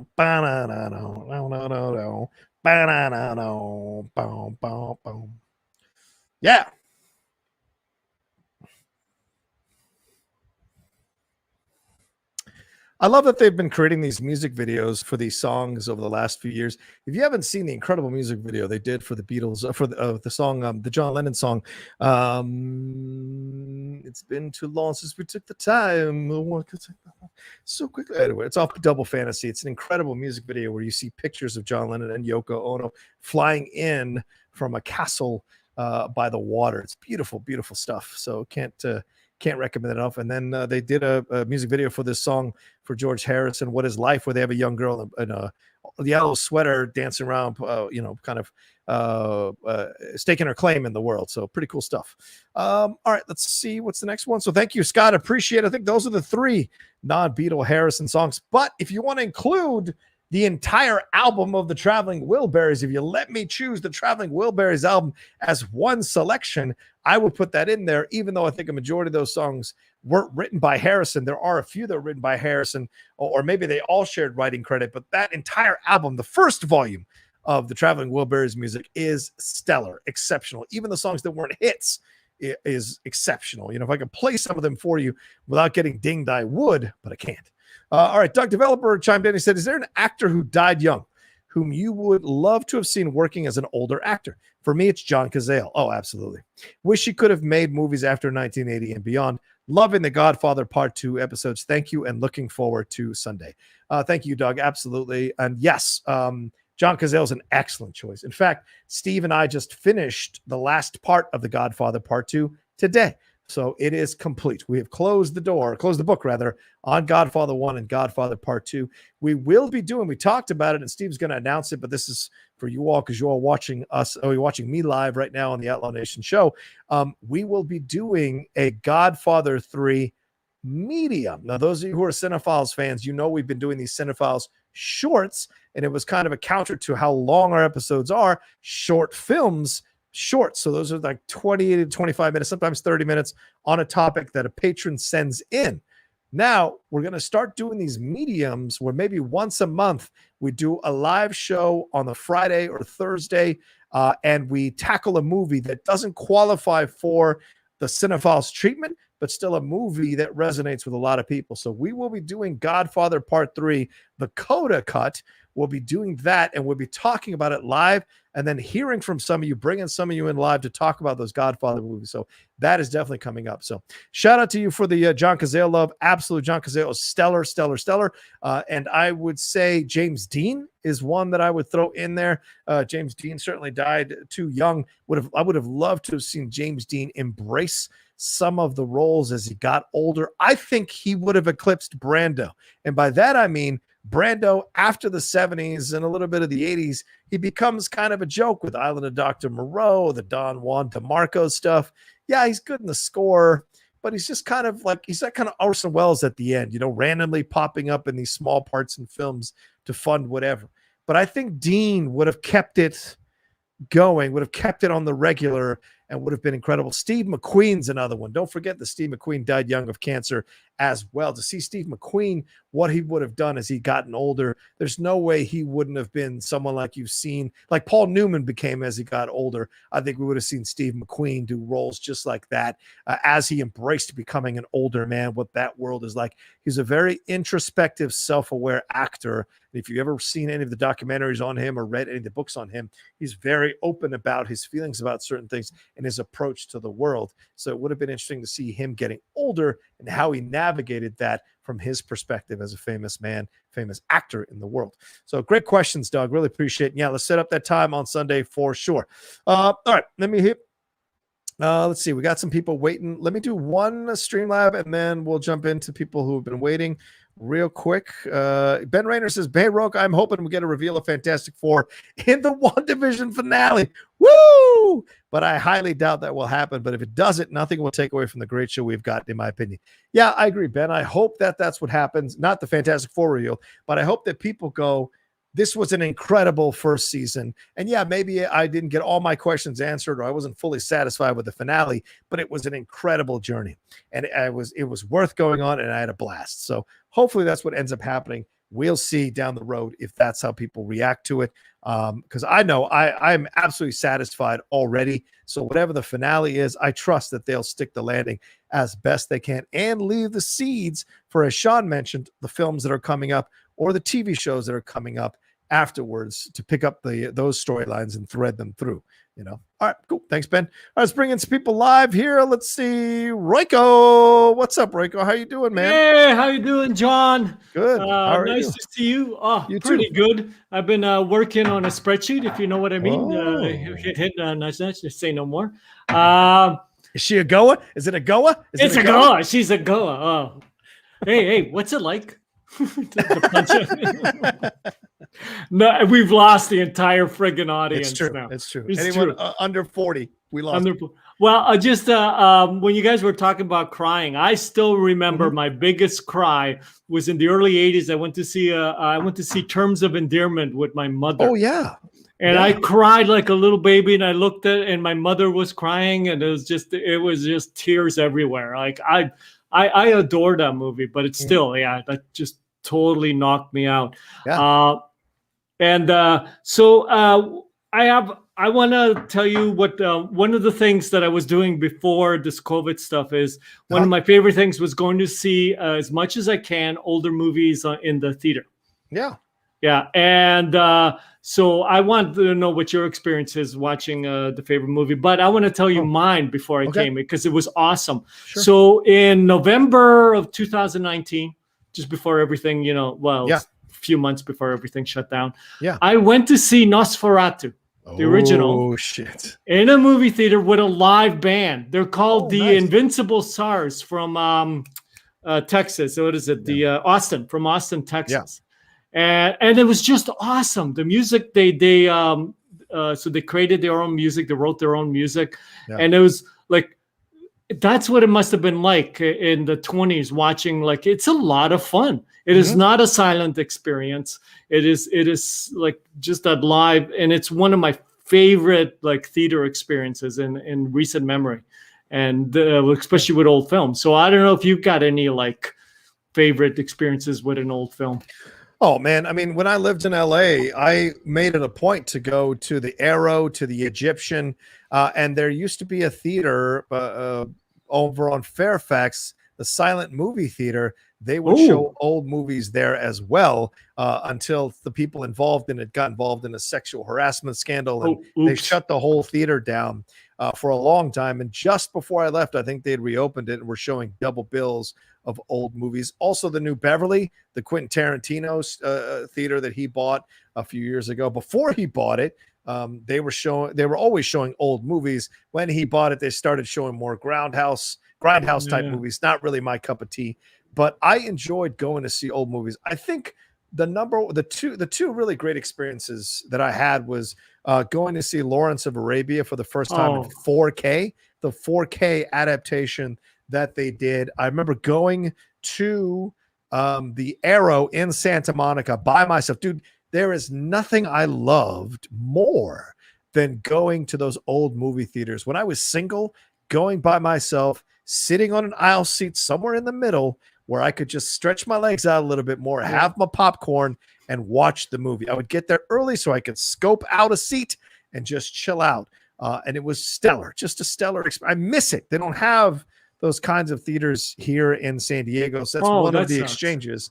Yeah, I think maybe closer to the actual city, because we're a little bit outside the city. Oh, okay. Closer to the actual city. They probably have theaters like that. But yeah, that was a great experience. I remember going to see Citizen Kane at the Egyptian, which was, I think, part of the TCM festival.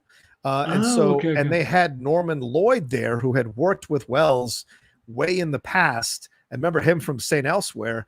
He was there talking about what it was like to work with Orson Welles, to be on set with him, to deal with him. And it was a great interview. I think Robert Osborne conducted the interview, the late, great Robert Osborne.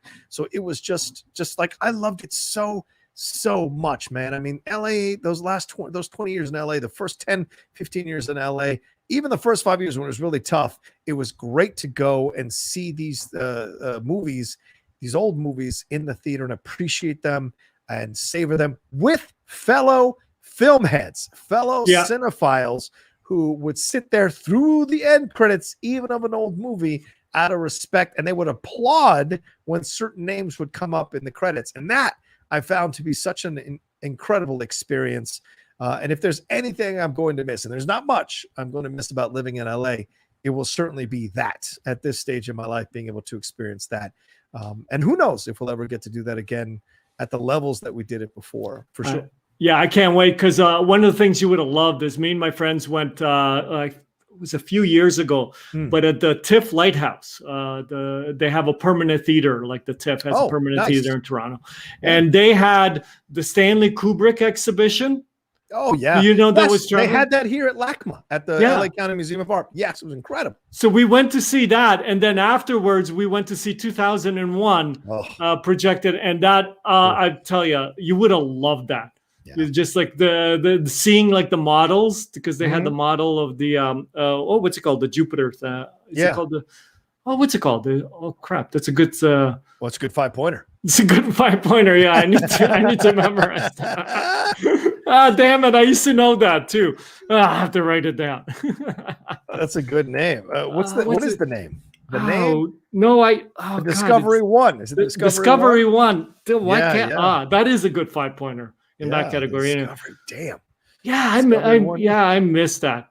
So I can hopefully soon. So we'll see. And what? Yeah, go ahead. Another great experience, real quick, I had was years ago. The Academy, the AMPAS, Academy of Motion Pictures and Arts and Sciences, they have 3 theaters around LA where they show stuff. Oh, cool. And I used to have connections with a friend who used to work at the Writers Guild. He would get me into stuff. I had a friend at the DGA who would get me into stuff, and Snyder would get me into stuff occasionally at the DGA. But I ordered these tickets online for It's a Wonderful Life with some friends of mine. We went, I think it was like 4 of us who went, and Frank Capra III was there and talked about the experiences that his father, or his grandfather rather, relayed to him about shooting It's a Wonderful Life and the experience of shooting that film and all the films that he shot. And they had people who were involved with production on films, demonstrating how they did certain things like special effects. They brought in like the snow effect that they used in the film with this massive fan, and they showed people how they did that. You know, that's one of the perks of living in LA. If you love movies, you can find experiences that will really just take your love of a movie to the next level. If you love LA, or, and there are other, if you love films, I'm sure it happens in New York and Chicago and other big cities around the world. And those are the joys of a film fan, to get to experience that kind of stuff. Anyway, sorry, go ahead, Rico. I was just, I could listen to people talk about their watching old movies in theaters all day. I know I'm not a patron of the top 10, but I have a suggestion. If you ever do a top 10 list, which is I always wanted to see the top 10 best of the rest. So top 10 of the movies that were nominated but didn't win the Oscar. Right? So there are about 600 and something movies to choose from. And there's some of the best are in there. Yeah. I think like 12 Angry Men, things like that. On the on-camera version of the top 10 show that we did at Collider, I think those episodes are still up. Hal Rudnick was our guest for one of those episodes, and I think we did that. Oh no, it was one of the way older episodes of the top 10 where we did. Hal came over to Matt's house and we recorded it, and it was basically the top 10 films that didn't win the Oscar, but should have. But should have, right? That's what we did. Oh, and okay. That was an incredible countdown. I think we only had a couple or three of them that crossed over all our lists. So it was a great combination of film tastes and what films each of us felt should have won the Oscars for the year that they didn't win for Best Picture. So stellar episode. We haven't done it in a long time, so it's not a bad idea. We've started to revisit some of our old lists because it's been such a long time. Yeah. And so many other films have come out that could qualify. So we'll see. We'll definitely. Well, this is not necessarily what should have won, but of the ones that are left, which ones are the best, right? Well, so so for example, 12 Angry Men, you could say, well, no, the right movie won that year, which is, Bridge on the River Kwai.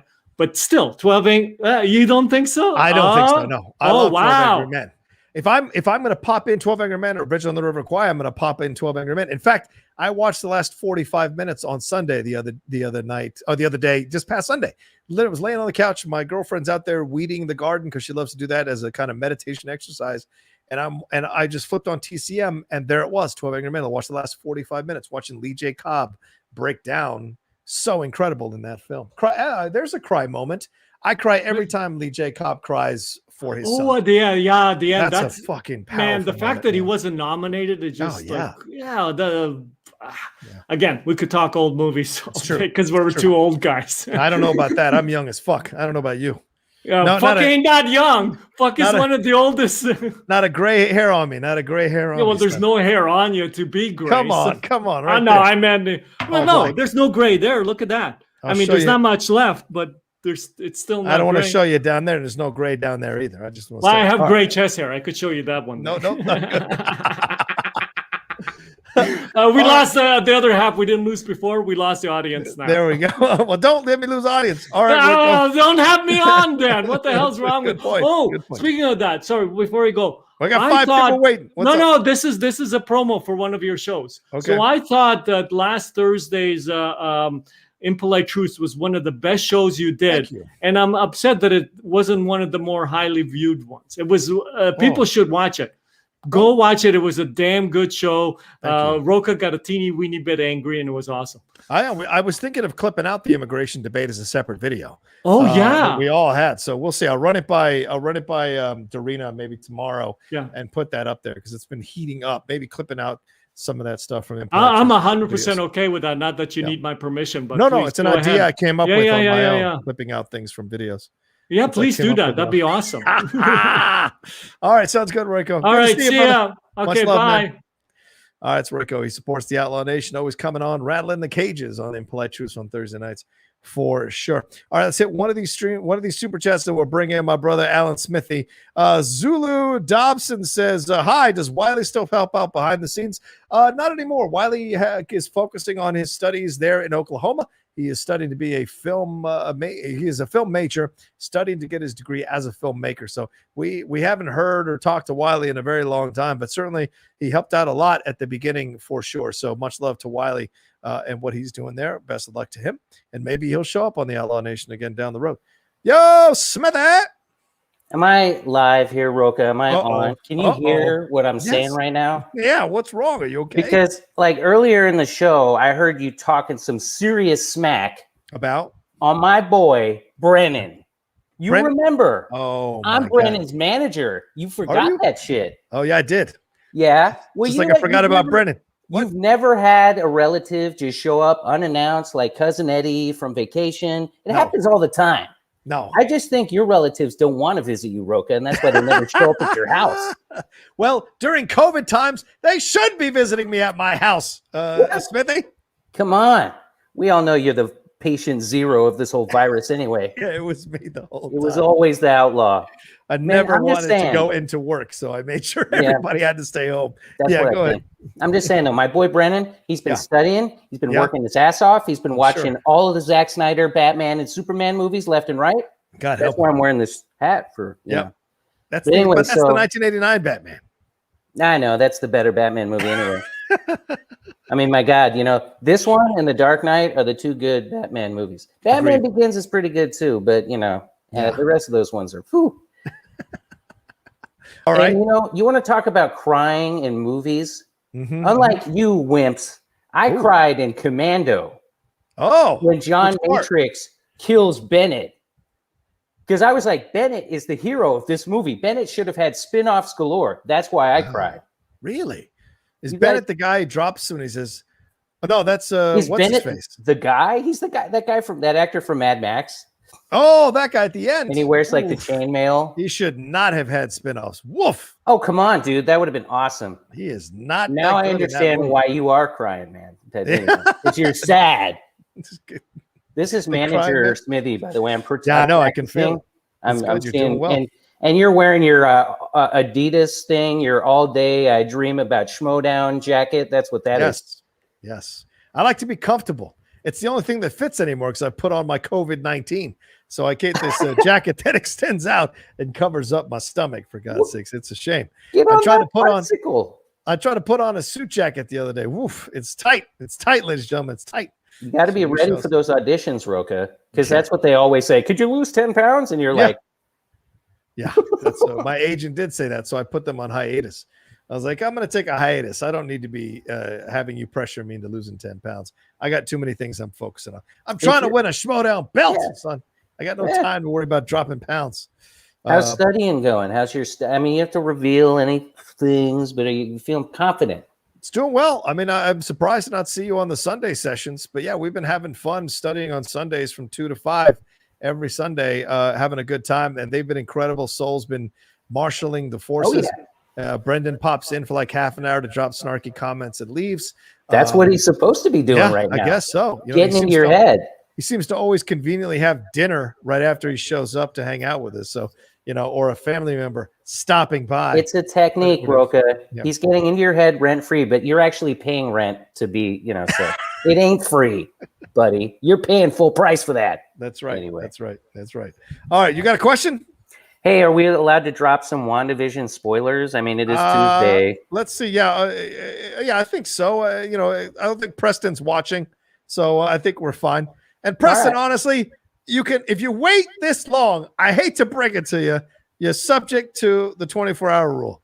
Is that All right, go Paul ahead. Preston? Your bud, Paul Preston? No, not Paul Preston. Oh, You mean yeah. Paul Preston, who reached out to me and was begging to be on the Finstock Exchange, then made his decision to go to the den, and all of a sudden I haven't heard from him? He was texting me for 3 weeks straight about coming to the exchange, calling me, invited me to birthday parties, invited me to New Year's Eve virtual celebrations, and then all of a sudden when he chose to go to the den, poof, no contact. Schmodown is brutal, man. If I see that son of a bitch in a match, I'm going to pull up all the texts in the middle of our virtual battle. I swear to God. These are transactional relationships, Roca. in Oh, the Schmodown. shit. No one actually likes anybody. They just want something. He was begging to be a part of the exchange. We considered it, and he's like, "Oh no, Kate's kissing my ass. Kate's saying that I can run the den, so I'm going to go with Kate." Okay, you go ahead, Paul. Nah. Skip it on down the road. All right. Anyway, go ahead. What do You're you out of focus now, Roca. You've totally screwed up Am your I? focus. Shit. Yes, Oh, you're well. totally out of focus. There we go.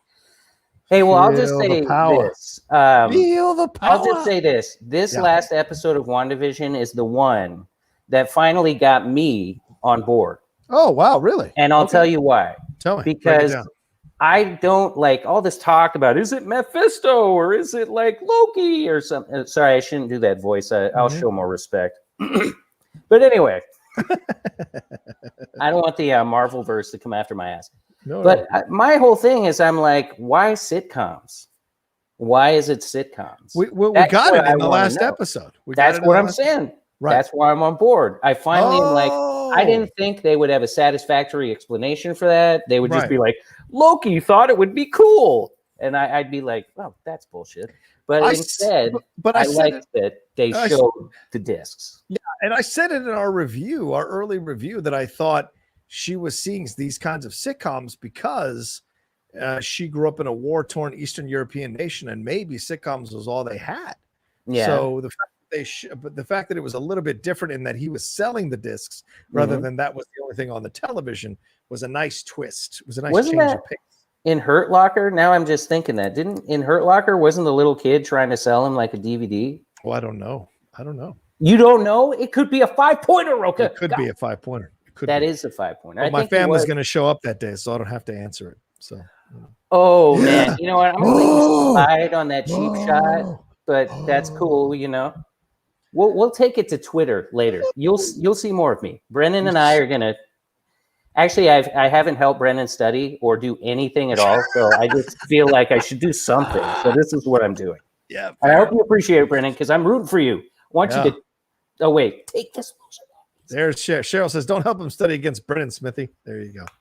There you go. Cheryl already picking sides already, Cheryl. All right. Good to see you, Smithy. Much love, brother, man. Thank you so much for stopping in. You thought I was done? Oh, there's more? Okay. No, go ahead. I'm just kidding. All right. What are you, Royko? What are you, Royko? All right. Good. I got the beard. Oh, well, I will say this. At least Royko and I can grow beards. That's true. That's when you were supposed to just cut me right off. No, everyone knows you both are beards. Oh, that's what I mean.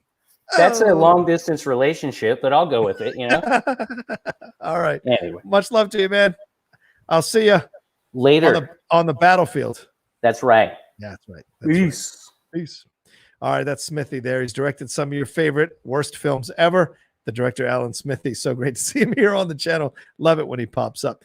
All right, let's see if we got any more Streamlabs or Super Chats that have come through over the last few minutes as I was having the conversation. Oh, yeah. D. Munoz says, WandaVision special guest. That is a Luke Skywalker level reveal. Could it be Mark Hamill as Mephisto? No. Mark, listen, let's get something real clear. Maybe some of y'all are going to be upset at me, but hey, that's how we roll in the Outlaw Nation. We tell our truths, raw, authentic, and unfiltered. There is no way Mark Hamill as Mephisto would be scary. Okay. Mark Hamill voiceover wise is fun as the Joker, but are you ever scared of the Joker? Maybe occasionally, but not consistently. Mephisto is supposed to be a very scary person if they actually bring that person back.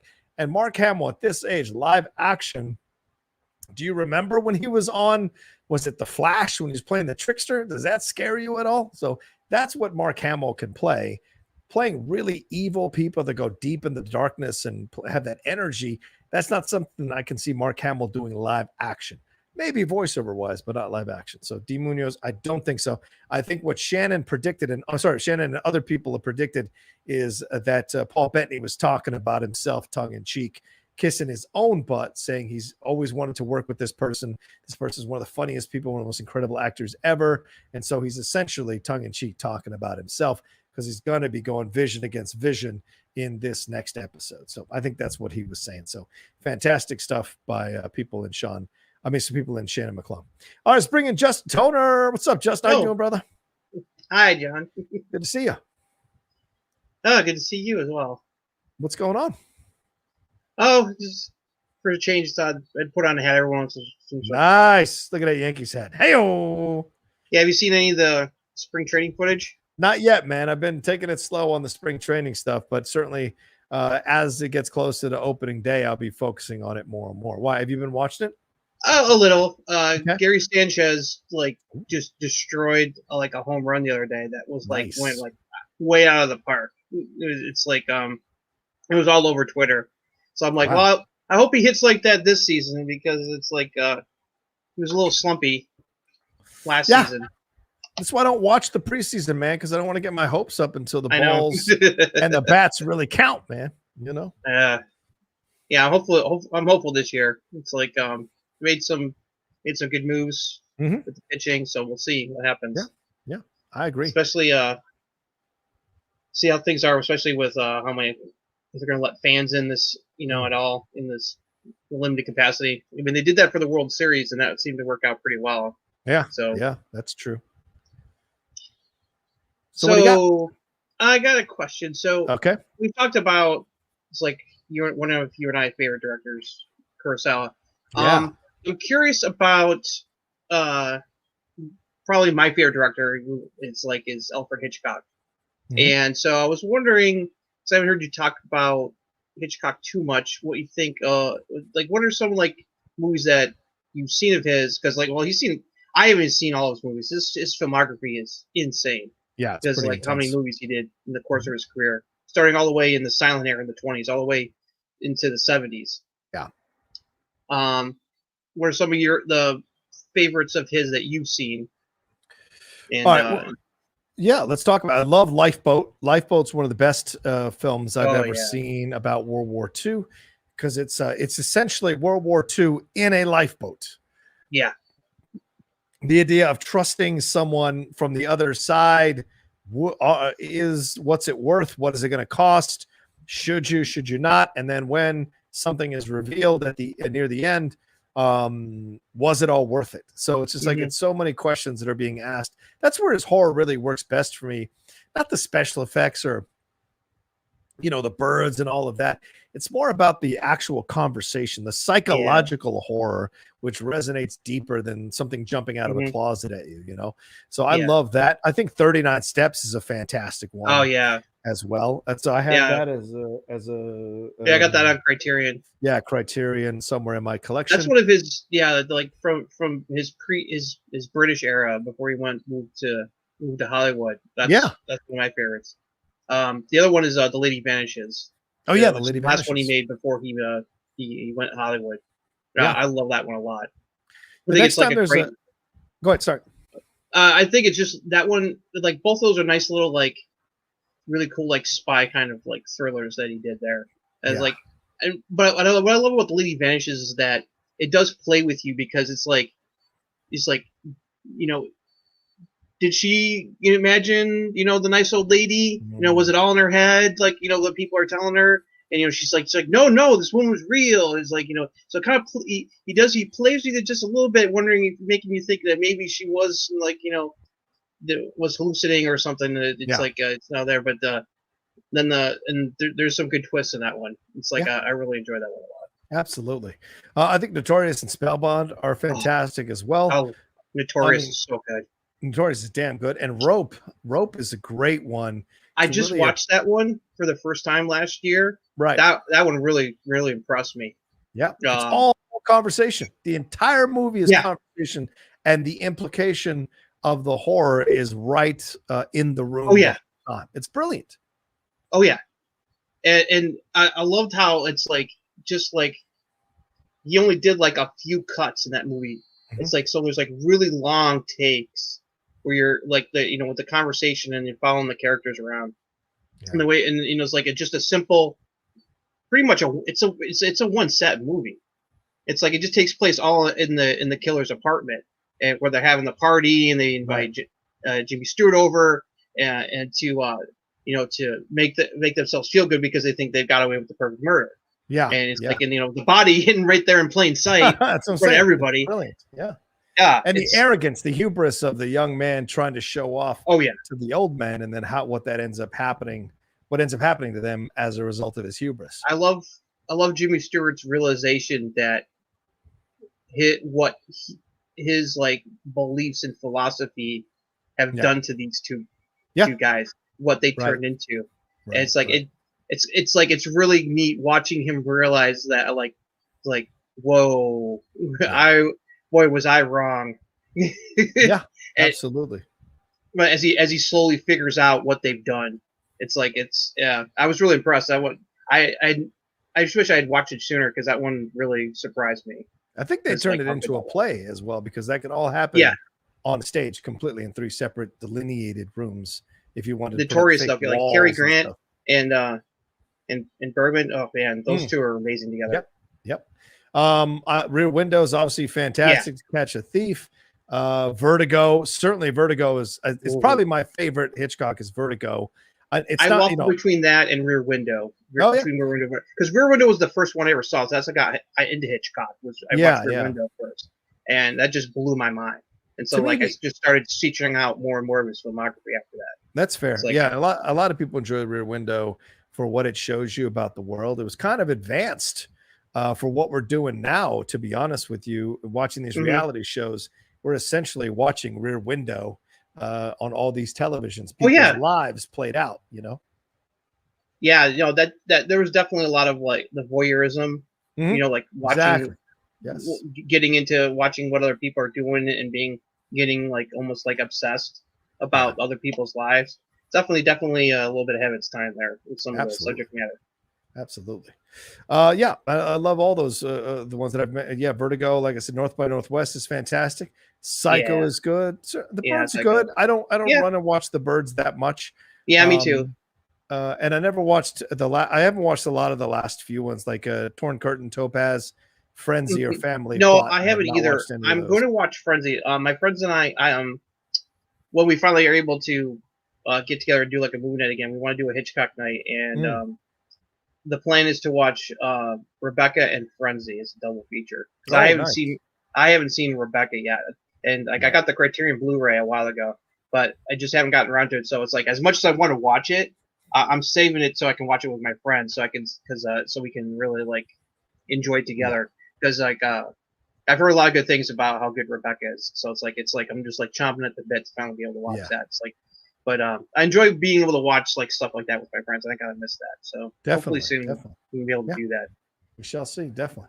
And it's funny. That's the only one that he ever got an Oscar for Best Picture. It's like it's the only movie of his that ever won Spellbound? Best Picture. Yeah. No. Rebecca. Rebecca's the only. Sorry, Rebecca. Right. Yes. Yeah. Rebecca's the only Hitchcock movie that ever won Best Picture. Yeah. Yeah. He got nominated a few times, but that was the only one that ever won. Yeah. Yeah. And of course, he never got like a Best Director Oscar either, which I will never understand. Well, it's because of horror, right? People see horror as a genre that's not during this time that was not worthy. Even now, you don't see a lot of horror. I mean, nobody's talking about Invisible. Invisible Man was not even one of the choices for Best Drama in the Golden Globes, and I imagine it won't make the cut for the Oscars either, even though they've extended it to 10 films. I bet Invisible Man won't make the cut, and it totally fucking should. That is an excellent, excellent film, a psychological horror film, and it's frustrating sometimes when the Academy does not give it a lot of love. Look, I'm cool about a film about nomads, and I'm cool with Minari, but also this film about a woman who is being stalked by her ex-boyfriend in ways that go to the next level of horror, and the way she negotiates that. It's an incredible story. And Lee Winnell does a fantastic job bringing new life into that story and updating it for our times. So it's so supremely frustrating to see these other films that are supposedly more important or more hoity-toity get put above something like The Invisible Man. It is extremely frustrating, you know? You want to put Hamilton in Best Picture. Fuck that. I mean, like, The Invisible Man is better than Hamilton. Hamilton's just a camera on a stage. Yeah. This is so much more than that. So, I don't know. Yeah, there's just like some of the stuff he did, like just like the cinematography. Yeah. There's one of his early movies. It's called Young and Innocent. Have you ever seen that one? No, I've never seen that one. There's this like it has this like it's a decent movie. It's not I wouldn't consider like one of his best, but it's still pretty good. It has this like incredible tracking shot into this like ballroom at this hotel in this one scene. That's just like incredible for its time. And Foreign Correspondent, which I really like, has that incredible plane crash sequence. Oh yeah. That like the special effects for that are incredible for 1940s. Yep. It's like I was watching the first time. I'm like, wow, this plane crash like stuff is like really good. Yeah. It's like it's exceptional. The point of view shots he would do, which is the one with the Statue of Liberty. Statue of Liberty? Is that Saboteur? Yeah, maybe that's Saboteur. I don't think I've seen that one. Okay. Because I know the Rushmore is North by Northwest. Yeah, everyone remembers. Yeah, that's very iconic. The chase on Mount Rushmore and North by Northwest. It's like he had like such an amazing talent for just like being able to do these incredible like just shots. Yeah, things like that. That's why it just baffles me that he never won like Best Director, because like he made like so many incredible movies that you think he would have won Best Director for the stuff that he did. But it's just, I mean, he got an honorary Oscar near the end of his life, but it's like, that was basically, here's the career achievement, Alfred, for everything you've done for film. Because he's like, it's like he's so influential, even today, he still influences people. So it's like, it's pretty cool. So hopefully, my goal is to eventually watch all of his films. So it's like I'm probably like about almost close to halfway there. There's still plenty of them I haven't watched yet. Like especially like a lot of his later ones.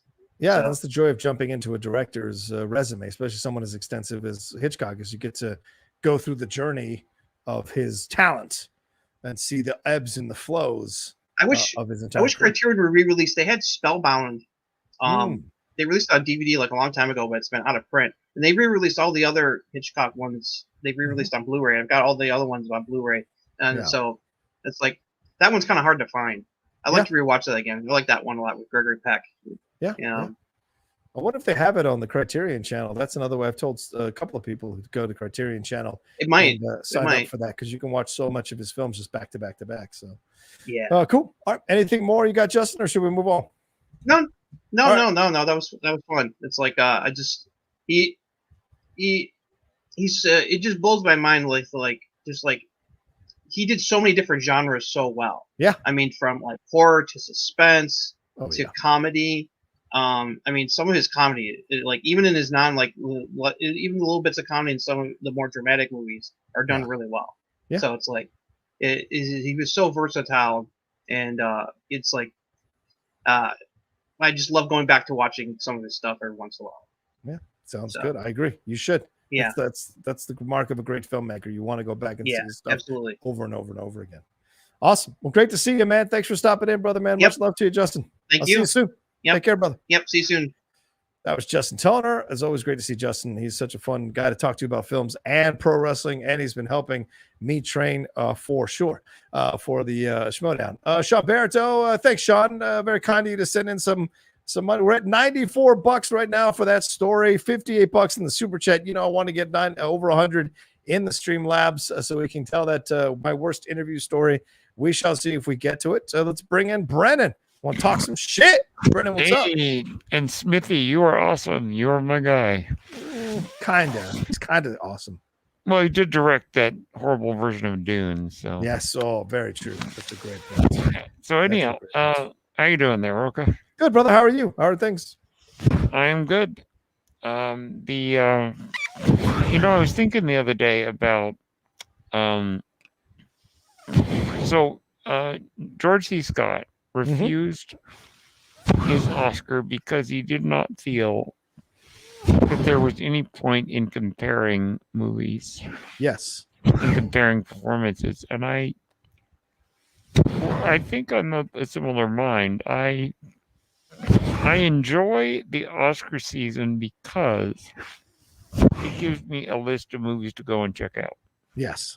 But when it comes to comparing them, the Oscars, I'm not really a big fan of the idea, well, this one deserves an Oscar, and why did this one get nominated? I could see the point that George C. Scott was trying to make, that why compare it? And I wanted to get your thought, and particularly one example that came to my mind was I've seen so many people basically diss Shakespeare in Love because it beat Saving Private Ryan. And I got two things to say. One, those of you dissing it out there, make sure you watch it first. Right. And two, just because it beat Private Ryan doesn't mean that there needs to be an antagonism. I would just like to get your thoughts on the nature of trying to compare movies and performances. Yeah. And whether it's fair or unfair. Yeah, I agree. I mean, I think there is no absolute on this question, Brennan. And my mind has changed so much from when I first started getting into movies in my teens and 20s to where I'm at now. It's like it's a different approach I have when it comes to these kinds of things. When it comes to comparing movies, to me, I find as I get older, I have a less and less interest in award shows. It doesn't mean that award shows shouldn't exist. It doesn't mean that I would campaign against them. It's that I think more, rather than taking home a trinket, a gold thing that doesn't guarantee success in any way, shape, or form, just means you were great for this one time, this one movie, this one year. I think in the end, what you really want to have is an extensive career that people revere later on as you move through your career at the end, and then as you pass on. As we just talked with Justin Toner about Hitchcock, Hitchcock only had one film as an entire resume. Oeuvre, only one film won Best Picture, and arguably isn't even his best film. And it won Best Picture. And even irregardless of the Oscars, he's one of the greatest filmmakers ever. Exactly. And that's like what Kurosawa. Same thing with Kurosawa. Right, Kurosawa. And look, Pacino winning for Scent of Woman, that's ridiculous compared to the stuff he was able to do before, or Paul Newman winning for Color of Money when he could have won for numerous other films. In the end, I think as I get older, I care less and less about award shows. And I have a feeling that the public itself is caring less and less about award shows because this sentiment about rich people patting themselves on the back for the things they've created, and especially as the idea of privilege starts to come into the conversation. How many of these movies were created because of privilege or white privilege? Then it becomes another conversation, doesn't it? It becomes a thing of like, well, yeah, you've won all these awards because you essentially were part of a system that didn't really want to tell Black stories or Latino stories or Asian stories at the same numbers or even the same percentages correlative to the population they are in the country. You didn't want to tell the level of stories. Like, so maybe your film wouldn't have won if another film had come along that was telling that story.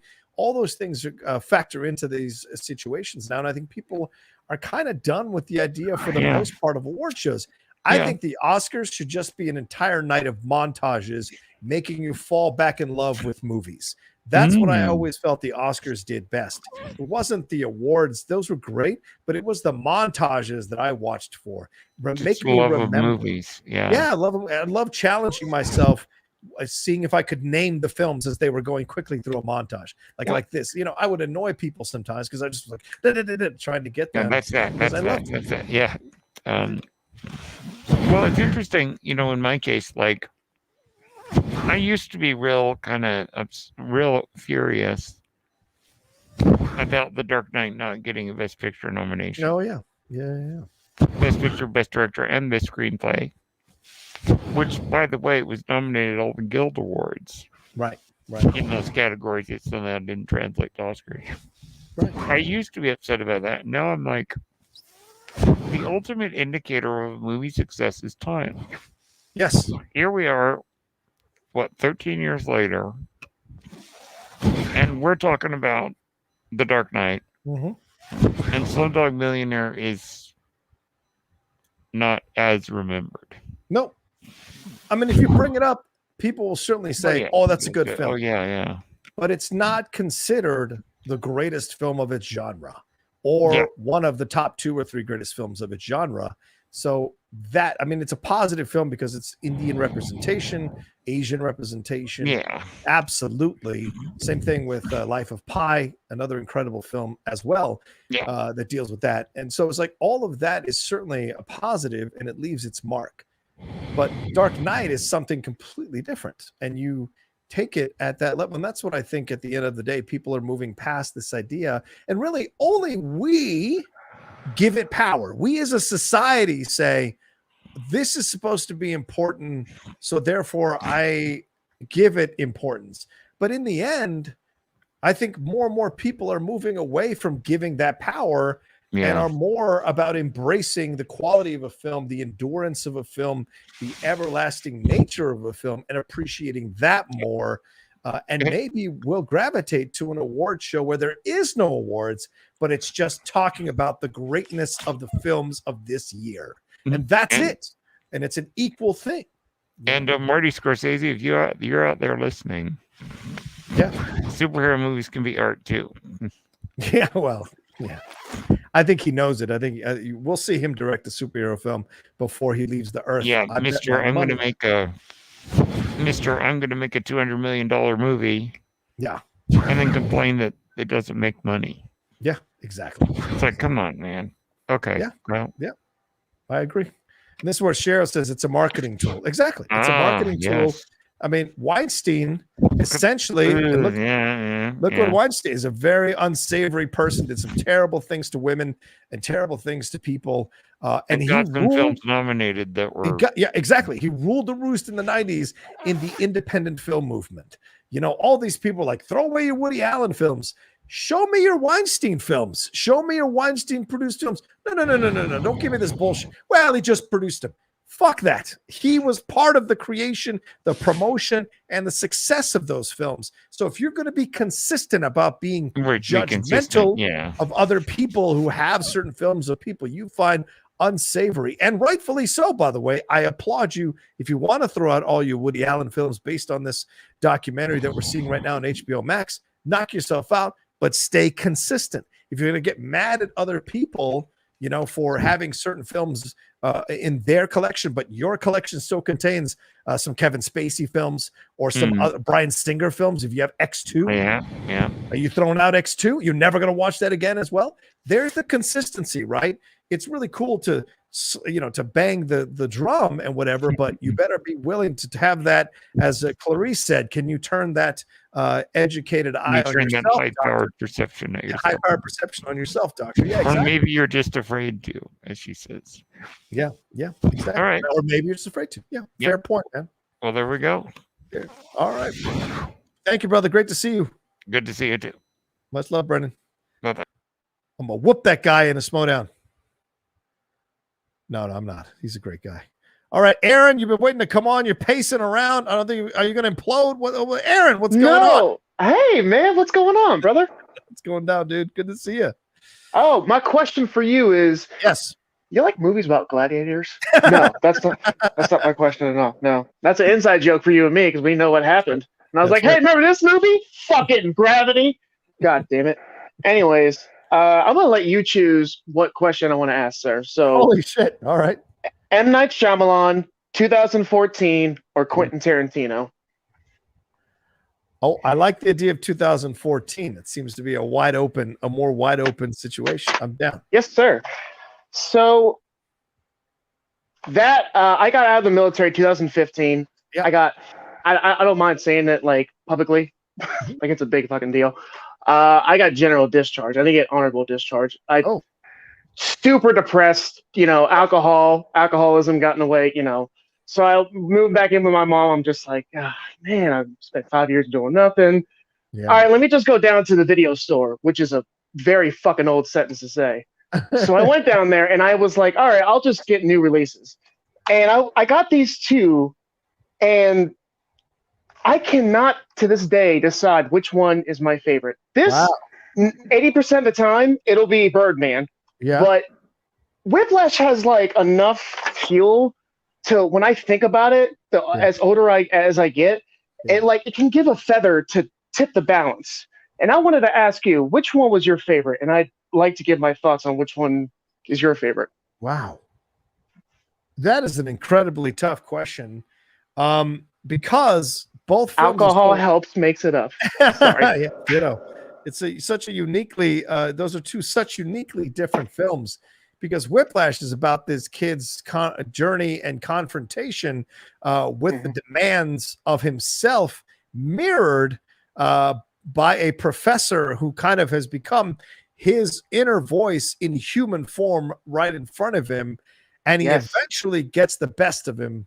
And it's that idea of pushing back against men. But in the end, who's right and who's wrong? Because he willingly keeps coming back to this person and treating him this way. Whereas Birdman is about a guy navigating the second chance he has in his life, but he's still kind of a judgmental dick. Now he has the confrontation with the critic in the bar. He has he does the thing with the woman. Hollywood's come to Broadway. Yeah, with Andrea Riseborough, the back and forth about her possibly being pregnant with his child. The conversations with, was it Amy Ryan, who was his wife in the movie? All of that they have to talk about and navigate, negotiate as well. So for me, I think I choose Birdman over Whiplash in terms of quality, overall quality of film. I think you're going that way. Okay. Yeah, I think it's a more technically grandiose film than Whiplash. Whereas Whiplash is one of those gritty. It's like a middleweight boxer versus a heavyweight boxer, right? And I think Whiplash is like that. Whiplash is like Sugar Ray or Roberto Duran, whereas Birdman is more like Tyson or even Ali, really, in the terms of the scope that it's telling in the story. The quickness of it, the pacing of it. The pacing of Whiplash is so slow. It's almost surprising Hitchcock didn't just pull a Tupac and make an album. It was like, I could have sworn Hitchcock did this. It's got his fingerprints all over the place, and the cinematography is so damn good. But okay, so you said Birdman, and I 100% agree on. I never saw. That's the way that was the movie where I was like, oh, that's what editing is. Yeah. Taking the camera off and putting it back on. That's what editing is, and that's what got me into movies hardcore. Was that? But it's the fact of the older I get, because I gave you that little bit of my past. Is instead of his success, it's my failure. And it's like the older I get, it's like, just like Robert Downey Jr. said on a Joe Rogan podcast, every day, doesn't matter what you did, every day they are hitting the enter and space bar key. And every day that gets bigger of what you going to do next now? Yeah. And there's always an expectation no matter what route you go in life. And it's like, that's what, the older I get, the more I watch that. I'll watch that. That's my Citizen Kane. I'll watch that any time of the day, twice on Sunday. And it's just the older I get, the more I'm like, God damn, I get what he's going through. But on the fucking opposite side, because I don't have that power at all, but I still understand his pain. That's what makes him so damn it. That was just fantastic film. So damn great. But like I said, Whiplash can have that one little point that just like tip the balance back out. So but Whiplash that's awesome. Whiplash is what you're watching in your 20s. That's your journey in your 20s. If you're trying to aspire to achieve anything in life, Whiplash is your journey in your 20s. Birdman is you got there, you got cocky, you lost it, and now you're getting one last shot to bring it back. Yet all your insecurities and your paranoia and your fears that you didn't know were so potent when you were in your 20s, you could give a shit because you were cocksure. Now all come to visit you. Let me tell you, that's the game. That's the game. You know, that's the toughest thing. I'll be honest with you. Being honest, the toughest thing that I've had to deal with in the Schmodown over the last 2 to 3 years is finding that motivation again that I had when I first started. I was still young in my mind when I first started, but I've been doing this for so long now that you're like, where's that spark? Where's that extra thing that puts me over the top? And I have to find it over and over again. And last year was almost like me working on my swing like Tiger Woods. I brought it, but I couldn't get over that final hump, and wondering if I can bring it and bring the spark this year. That's been my journey since I've been training and studying and getting ready. What is my mental preparation now to find that spark to be young again? Or am I going to be the old guy popping threes from the outside? Those are the things. And that's what Birdman is. Birdman is the old man popping threes. Whiplash is when you're driving to the rim through the lane. You don't give a shit who you hit because you're going to score that basket. Those are the two differences. You're going to do what you're going to do because it's the most primal thing of taking care of yourself, and you want to be the best of yourself. That's as much potential you have. That's how far you can go. And everyone has no roof. Yeah, like no one has hit their roof yet. Exactly. Great, man. It is always awesome to talk to you, sir. Thank you very much. Thank you, Aaron. It was a blast to see you, brother, man. Much love. Have a good one, sir. You too. Always great to see Aaron. I love his energy. One of the best people we've had here in the Outlaw Nation. So much fun. Oh, we had some super chat Streamlabs come through. Thank you so much. Tushka donated. Tushka, it says, give the people what they want. Spill the beans and roll that embarrassing interview footage. Oh, I wish I had the footage. Woo, I wish I had the footage. I will definitely put it out there. Billy Atwood said, donated. Got to support one of my favorite dudes. Thank you, Billy. Much respect, my man. And Chris Taylor said, Strong Style is a favorite of mine on this channel. Maybe do a career retrospect on a famous pro wrestler during an episode. That's a great point, Chris. That's a great suggestion. Yeah, Strong Style's kind of been falling over the last few weeks. We haven't been able to get over 1,000 views, where in the past we were getting close to or over 1,000 views on that show. For whatever reason, we seem to have lost some of the people who were consistently watching it on Fridays and over the weekend. And we've even gone on ESPN San Antonio to promote the show. Still hasn't been enough. So maybe Aaron and I are going to have to take that show off the channel and build a new YouTube channel around that show so we can do more specialized content that doesn't necessarily rely on the views that I need to have on this channel in order to keep it successful. We shall see. But Chris, I know you're there every Friday, so mad love to you, brother, and I appreciate it. You're pretty awesome. That's a great suggestion. We'll definitely be looking at doing stuff like that in the future. All right, let's bring in Maria, who's been patiently waiting for such a long time. Maria, how are you? What's up? I'm great. There we go. I'm greater than I was 10 minutes ago. Oh, you gotta love it. What's going on? Oh, and I want to take umbrage with you. I want to bring it, school you in yes, what please. you're wrong because you're a schoolboy to me. Tell me. First of all, George Harrison, the song that you needed to bring up is, I look at you all, see the love there that's sleeping, while my guitar gently weeps. Now, you might sound just like him. You did perfectly. I'm going to push back on Maria because he said non-Beatles song. You're going to say it's a Beatles song, but it's a Beatles song. The concert for Bangladesh, dude. I had a boyfriend give me that when I was While My Guitar Gently Weeps is on the White Album. I don't care. That's not where it got its chops, dude. And Eric Clapton sang at his doodad.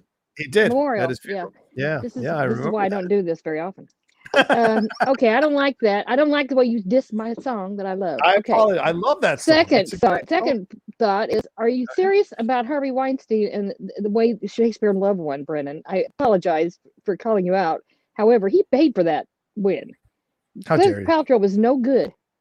It was better than anybody else in that time. Wow. And how she won is unbelievable. But that I agree with. Kate Blanchett should have won for Elizabeth, hands down. You're 1,000% right, Maria. But I will never. Oh, come on. Saving Private Ryan. Are you serious right now? You're a military man. I hear this every week on the freaking Geek Buddies. After the first half an hour of the movie, it starts to become a little annoying. It's a little annoying, but there is a lot of good in that. In the reality of, first of all, my dad was at Normandy. That's how old I am. He was on the LST that was bringing people and dropping them off and letting them get killed in their little boats on the way out. Yeah. And I didn't understand any of that. He wouldn't talk about it. He never talked about it. He had a scrapbook he never even mentioned until I found it when he was dead. Wow. And it's like, okay, what the hell is all this? He never talked about it. And I understand why now, because that movie was an eye-opener. My sons were draft age, and I was like, holy shit, they're not going. Where's Canada? How far away is it? Sorry, they're Roy Cove, that I might have come up there. But anyway, I think that movie just opened the eyes of everybody that didn't know anything about how death in that kind of situation happens and how the stakes and how hard it was for them to just even get 5 inches of ground, Anyway, that's my opinion, and I'm not going to back down from it. So no, should you? And Band of Brothers. I'm about to do a rewatch of Band of Brothers. I love Band. Oh my God, I love that. It's so free, and it's on HBO Max. So I'm thinking about doing a rewatch. 4 or 5 times now. I love it. I love it. I'm a big fan of World War II. Well, I'm actually kind of a pseudo fan of Hitler. Not that I'm a fan. I want to understand. I've got German ancestry. I want to understand how somebody could do. So you're not a fan of Hitler. What you're saying is, I'd like to explore. I study him. I'm not a fan. No, that sounded really bad, didn't it? Jesus Christ. Yeah, no. We're gonna be hanging out. First of all, here's the thing. I can turn out 2 blonde-haired, blue-eyed boys at a time. I have 2 sets of twins, so I thought he would love me back in the day. But anyhow, that's how it worked out for me. But anyhow, I studied World War II. As far as I don't understand it. I mean, I've got German ancestry and I don't like it, and I don't want to feel the white guilt I feel. Oh my God, Schindler's List destroys me. So it's like, okay, come on, Anyhow, I want to understand it. But Band of Brothers, I think Gaston is one of them, and when they find the concentration camp is the other my favorite episodes. It's because they nobody knew about it. No, come on, He goes, yeah, of course you did. Anyway, you know what it's like. Anyhow, if you're gonna rewatch it, what are you gonna do? How are you gonna do that? I mean, are you gonna do watch-alongs or what are you gonna do? Yeah, well, maybe I don't know. Actually, That'd be fun. do a little mini thing that could be fun to do on a Sundays. I mean, Sundays I don't have any content that drops on the channel, so it could be fun to do like a rewatch and then a mini review of the film or of the show on a Sundays. So on the Sundays, Yeah, so that's a good idea. Yeah, I do want to rewatch the episodes, and being a military man, I've only seen it through twice, I think. Oh, really? It's been a long time since I've seen Rookie. them. Yeah, fair enough. Fair enough. So it might be fun to visit those things for Damian sure. Lewis pulling off that English accent, or pulling off his non-English accent, is Yeah. one of the highlights. I mean, when you hear him, really, you're like, what?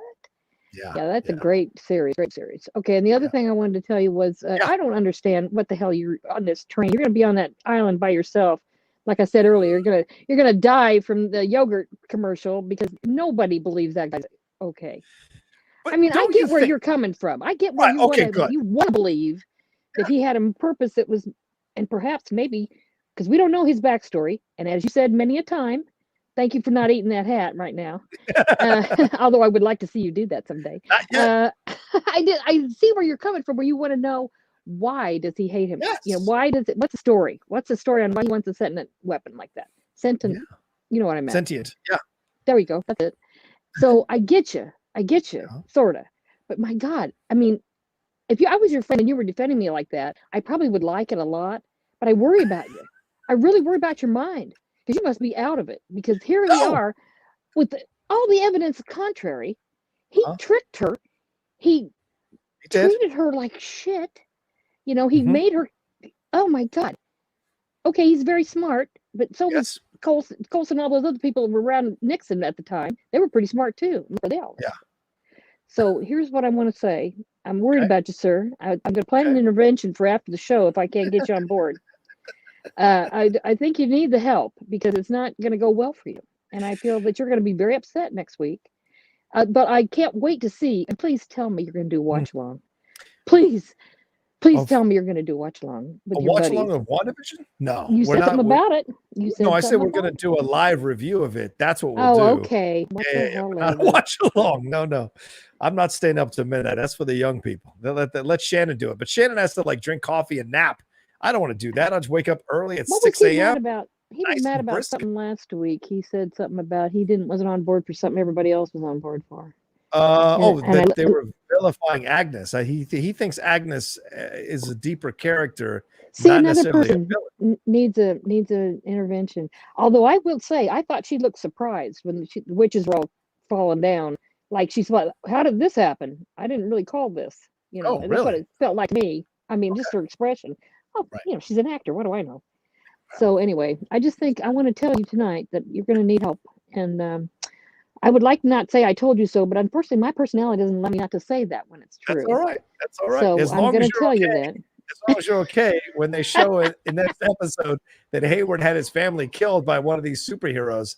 I admire your loyalty. I admire your loyalty, as misguided as it is, but I do admire it. And yeah, it's a shame. It's going to be sad for you, but you know, that's going to happen here and there. So you go and drink your drink, and I'll drink my drink. And I even ate some spice cake while you were I was waiting on you. I like it. I just want to tell you, too bad. Adios, sir. See you, Maria. Thank you so much. Much love to Goodbye. you. Bye. Love Maria. She's the best. The best. Always keeping me on my toes for sure. Kim Machan donated. Says, will you be reviewing episode 2 of Superman and Lois? Kim, I don't know. You know, as I'm doing the show tonight, Mike and Shannon have been texting me about how we want to construct Geek Buddies tomorrow. What's the rundown? We're going to record the episode tomorrow. So I don't know if we're going to do the Superman and Lois review. I'll text them afterwards, but I will let you know. If we do, I'd have to get up in the morning and watch it. So maybe we will. Maybe we will. It's been fun to watch it on the CW app. Very nice, clear picture on that app. And hang out here in the studio and do so. So we shall see. All right, we're running out of time here. Let's bring in Calvin. What's up, Calvin? Are you ready? Oh, what's going on, man? What's happening? What's happening? Can you hear me? Yeah, I can hear you. All right, can you see me? Okay, I yeah, can. I'll see myself. I got a question for you. Okay, I got two that I want to put up against you right here. Okay. Right. Walk the Line. Nice. Remember Walk the Line. Walk Queen Phoenix. Classic. Okay. Now, I'm gonna bring this one up too. Okay. Bam. Minority Report. Remember that right. one? Yeah, of course. Remember that one? I lost a match question. Yeah. Yeah. So now which one's better? You know All right. what I'm saying? The better movie is Minority Report. You're damn right. Better acting performances are in Walk the Line. But the better movie overall is Minority Report. Yes. Yes. Yeah. Yes. I'm with you right there on that. I get Right. you. Spielberg rarely does sci-fi, but when he does it well. E.T., this film, I know people love E.T., Close Encounters of the Third Kind. When he does sci-fi, Spielberg is rarely off his game. And I think Minority Report is a brilliant film, and both Cruise and Colin Farrell are exceptional in the movie. Oh yeah. That's one of my one of my favorite movies. Well, both of these movies are two of my favorite movies. But I do love Tom Cruise I love Tom Cruise in general. I think he's a good actor. But I like him in this movie. Yeah. Like he does what you're supposed to do. I give a shit. I care about his character. I care what he's doing in this movie.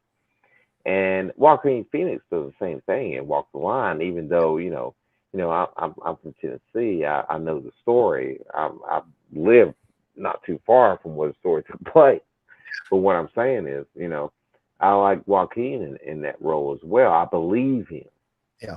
But, they're both really great performances. And I also want to shout out that Reese Witherspoon is really good in Walk the Line. She's really good in that. Well, she won the Oscar for that. Yeah. Yes. She is phenomenal in that. Yeah. But damn it, I might have to watch it again tonight. But anyway. But no, Roker, I also want to ask you that question. I also want to just tell you, what's up? How you doing? You doing all right? Everything's going on good over there? Yeah, we're doing all right. We're doing all right here. We're about 2.5 hours into the show. But we've been doing great. We've been hanging out here, enjoying our life in San Diego, and it's been a nice change of pace. My girlfriend had to drive up to LA the other day, and when she came home, she's like, I never want to go back there again.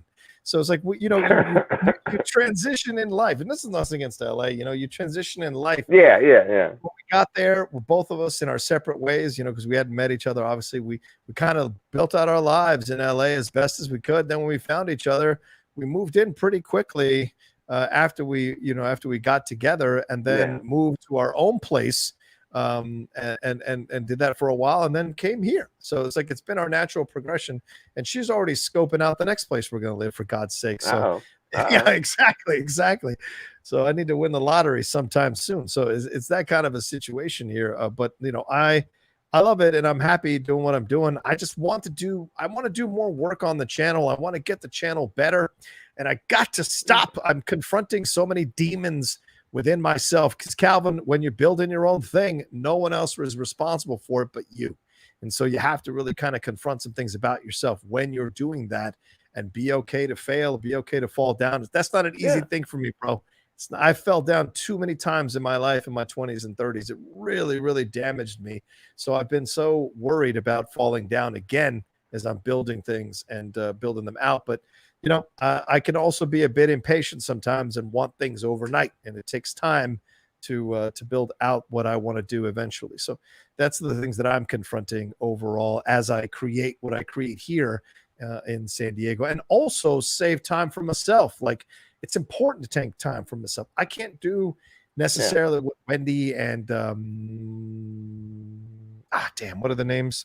The two people, late to the party. Like, they stay up till 5, 6 in the morning sometimes, editing their videos, editing their reaction videos, editing their watch-alongs of WandaVision. Like, much respect to them, but I can't do that. So it's just like, where am I going to find the moments to create the stuff I want to create? I think it's coming. I'm just like kind of trying to be patient with myself as it shows up, as it shows itself to me, for sure. Well, I'll tell you, Roka. I mean, you got this. I mean, you've done this when all that bullshit happened with the Collider and all that stuff. You've done this. You know what I'm saying? You've already done it. You're on. yeah, you might be doubting yourself now, but I mean, you know, you've already done it. We're watching it. Well, we're doing it. I'm here talking to you right now. You're doing it. You see what I'm saying? You've already done this shit.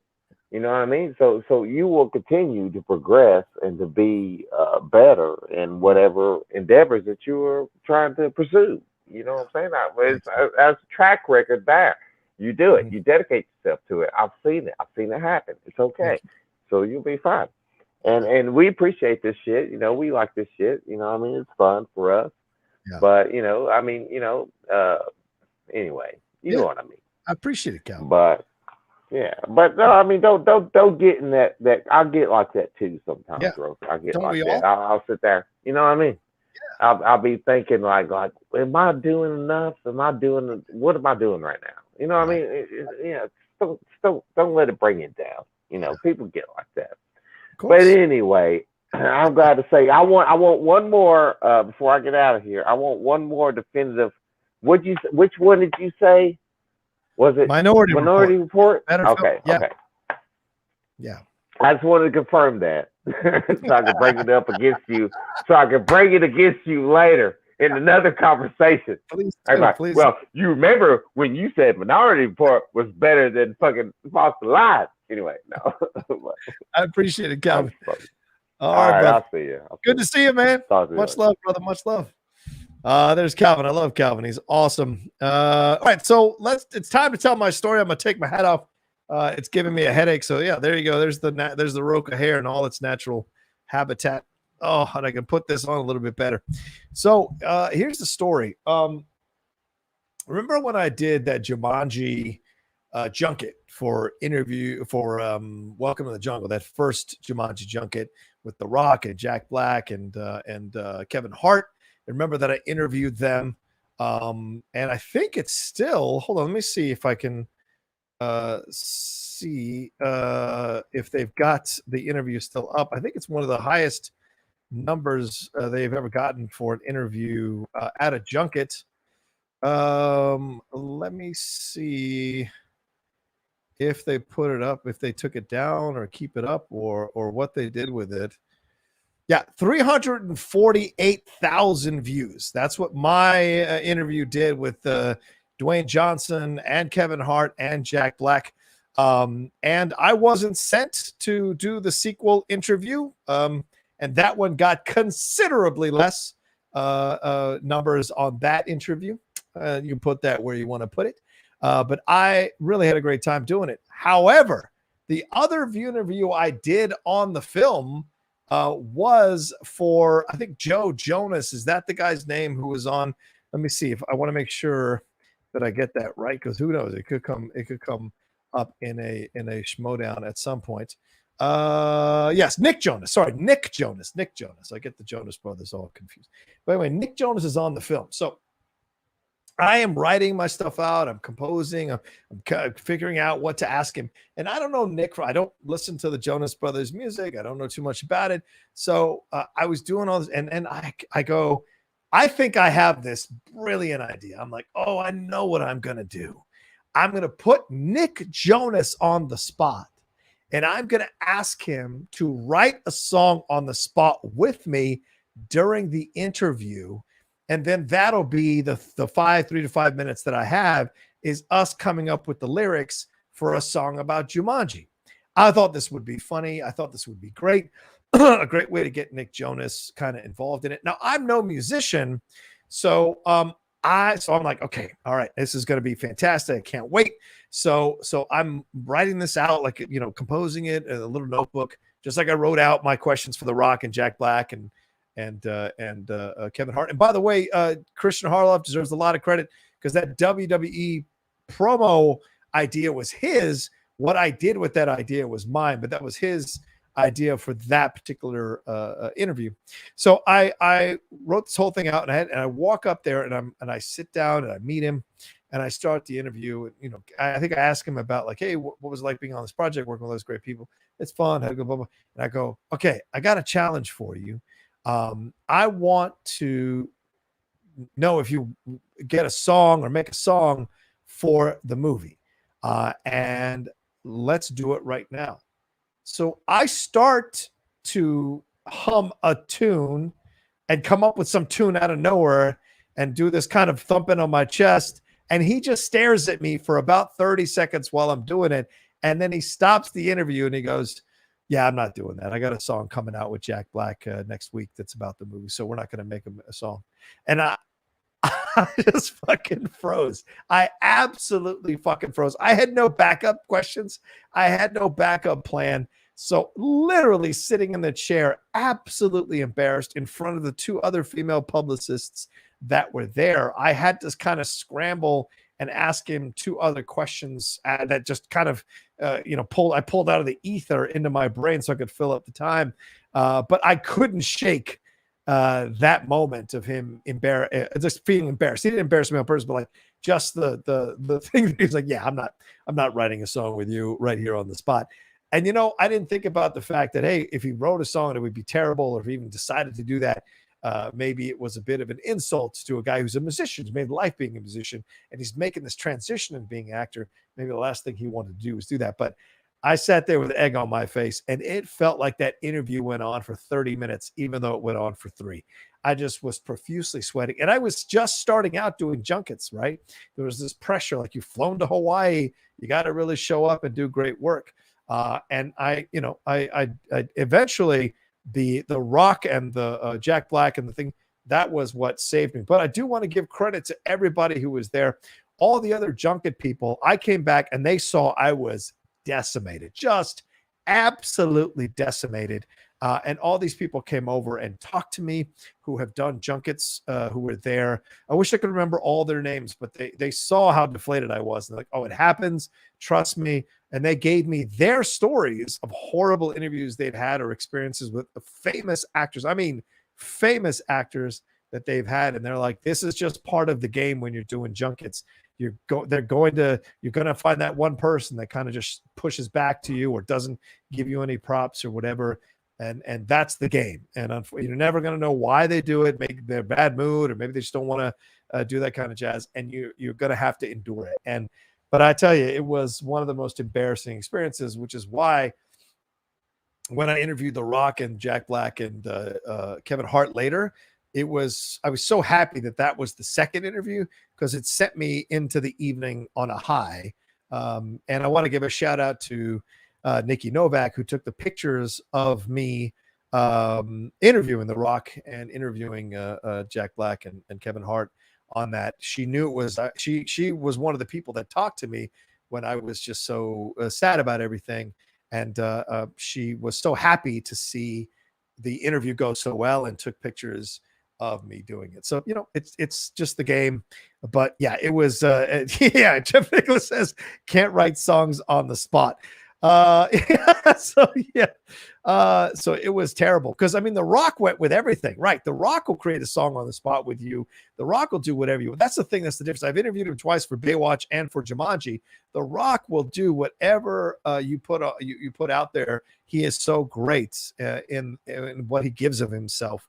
But I imagine Nick was, Nick's just one of these guys. He's got a certain approach to the world, and I guess he was not going to write a song on the spot with me. But dude, I was so fucking embarrassed, just flat out embarrassed. And also because he's younger than me, there's also that kind of thing. Like, I'm an older dude, and there's this 20-year-old kid like being like, yeah, no, I'm not going to write a song with you, man. So just all of it was like, that was the most embarrassing moment. Some of you may not think that's embarrassing, but let me tell you something. When you get flown out by your outlet at the last minute to step into a junket, and they're expecting a lot from you and expecting a lot from the situation, to blow it in the first interview was a hell of a punch in the face. But like I've proven many times in my life, I take the hits. People are very kind to navigate me through that sadness of it all in the moments. I'm very lucky that people will, are always there for me to navigate through a situation. And then I come back and, knock it out of the park. And I did that with the Rock interview. That was the same day. So, I had to recuperate, had to recover, had to improvise, had to adjust, and come back even stronger. So that's what I pride myself on. And I think I've done that in the Schmodown. I've done that in my whole life. So, all right, that was my story. We got to $100. Thank you all so much. I appreciate it madly. Sean, I think I'm going to wrap it up here, man. We're down We're losing people who are watching. We're in the 80 percentile. Unless other people have a question they want to ask. We've got over 150 likes. Really appreciate it madly. But yeah, let's get on out of here. Sean's playing Black Sinatra right now. I don't know what he's doing there. But I don't know what is this Black Sinatra? What is this you're doing? You had your hat on. I put my hat on. I don't see what the problem is. What's the problem? Okay, fair enough. You don't like my hat? I didn't say I didn't like your hat. I'm just saying it's an interesting choice of wear. I'm the outlaw. That's why I'm wearing it. What are you doing? I'm having a good time hanging out with the nation, hanging out with you. What's wrong with that? Nothing wrong with that at all. I appreciate. Stop hating. Are you gonna sing a song? Oh hell no! Oh hell no! I'm not doing that, but I'm just here chilling. I tell you what, if we get to $100 more, I think you should sing a song. Yeah, I don't think so. I don't think so. Oh wait, Smithy sent in something. Did he? Hold on, let me refresh and see if Smithy sent in something. Did I miss his? Did I miss his Streamlab? Hold on, Chris Taylor, Atwood, Tushka, Sean, Doug Developer, Scott Welsh, Sloth, Smithy. I don't see yours, man. If you sent one, I don't see it, brother, man. Maybe send it again. I don't see your Streamlab if you sent one, my man. Yeah, but if someone sends $100, I think Sean was. Oh, Michael Jackson. Yeah, the hat is more Michael Jackson than Sinatra. I can see that. Absolutely. That's fair. Like in oh my God, what's that song? Smooth Criminal. Yeah, well, Smooth Criminal. Yeah, but also in You Rock My World.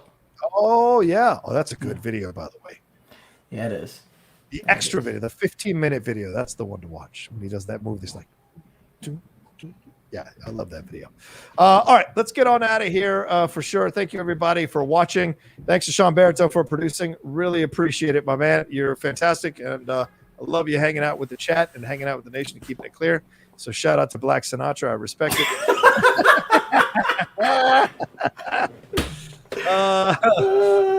And I'll drop you out here as I say goodbye. All right. Thanks everybody for watching this episode of the Outlaw Nation Show. Really appreciate it. Much love to you. Hope you all felt the $100 was worth it for that story. Thank you very much for the donations. I love to do this every month. These Q&A episodes once a month, every month. So come armed with the questions. Maybe I need to make them more theme-based to attract more people to come aboard and more people to donate. Maybe more theme-based Q&As would be a lot of fun. So maybe I'll do that, work a little harder and hone it and get it a little sharper. But I think you're going to enjoy the guests we've got coming up over the next few weeks on the nation. Going to lock those down real soon and announce them. So it's going to be a lot of fun for sure. All right. Oh, Smithy sent it again. All right, Smithy, if you say so. Oh, here it is.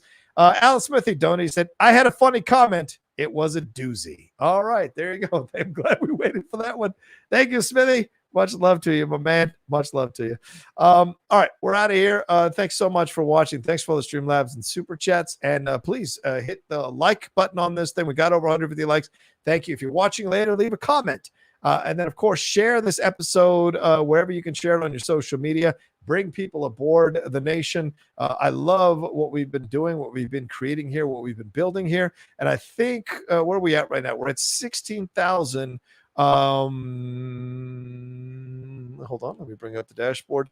16,167 followers. So would love to cross that 16,200 followers mark. So if you haven't subscribed to the channel, hit that button down below and hit the bell. Do both so you can get notified of the content we got dropping. Don't forget tomorrow, Geek Buddies, my review of Raya and the Last Dragon. And then and tomorrow, I'm very fortunate. Tomorrow, I will be getting to see Coming to America early at a special live virtual premiere screening of Coming to America. I'm looking forward to it. It's going to be a lot of fun. I hope the film is good. I will review it this weekend for the channel. So that's going to be a lot of fun. So don't miss out on that, on seeing that later on in the day. But then, of course, Thursday, Impolite Truths. And then Friday, Strong Style. And I'll be on SEN Live hosting on Friday as well. So much coming on and going on in the world. And don't forget, the top 10 dropped today, the new episode, top 10 original movie villains. These are villains that are not based on a book, based on a previous story, or a part of already a functioning franchise. So it's completely original villains created just for the movie. with no source material as backup. So that's out there now for you to enjoy. And of course, the most recent episode of the Cinephiles as we go forward with The Godfather Part 2, all of that out there for you to enjoy. In our WandaVision reviews, I'll trumpet them again. All right, much love to everybody. Thank you so much. We love you, and we'll see you next week with another brand new episode of the Outlaw Nation Show. Remember what I say every week. Sorry, first of all, practice social distancing and wear your mask, especially in Texas. And I think Mississippi is the other state that took their mask mandate down. Wear your masks anyway. Do not listen to politicians about when to wear your fucking masks. Wear your masks until you get vaccinated. And even then, wear your mask because apparently you can still transmit the virus if you've been vaccinated. So do all of that for your fellow human being, for God's sakes, please. And also, listen, whatever you need to do to get through the next second, next minute, next hour, next day, next week, next month, next year, please, I want you to do it. I love all of you in the Outlaw Nation. I love you guys being you all being part of the Outlaw Nation mean the world to me. So I want you hanging out with us. I want you staying with us as we build this thing step by step, piece by piece. All of you are essential bricks in the foundation of the Outlaw Nation. So thank you so much for being a part of it. And stick around, because you never know what might happen if you just kind of power through it. You kind of find your way through it. You never know what's waiting for you on the other side. It just might surprise you. It sure as hell has surprised me every single day since I climbed out of my own hole. So much love to all of you. All right, talk to you soon. Take care.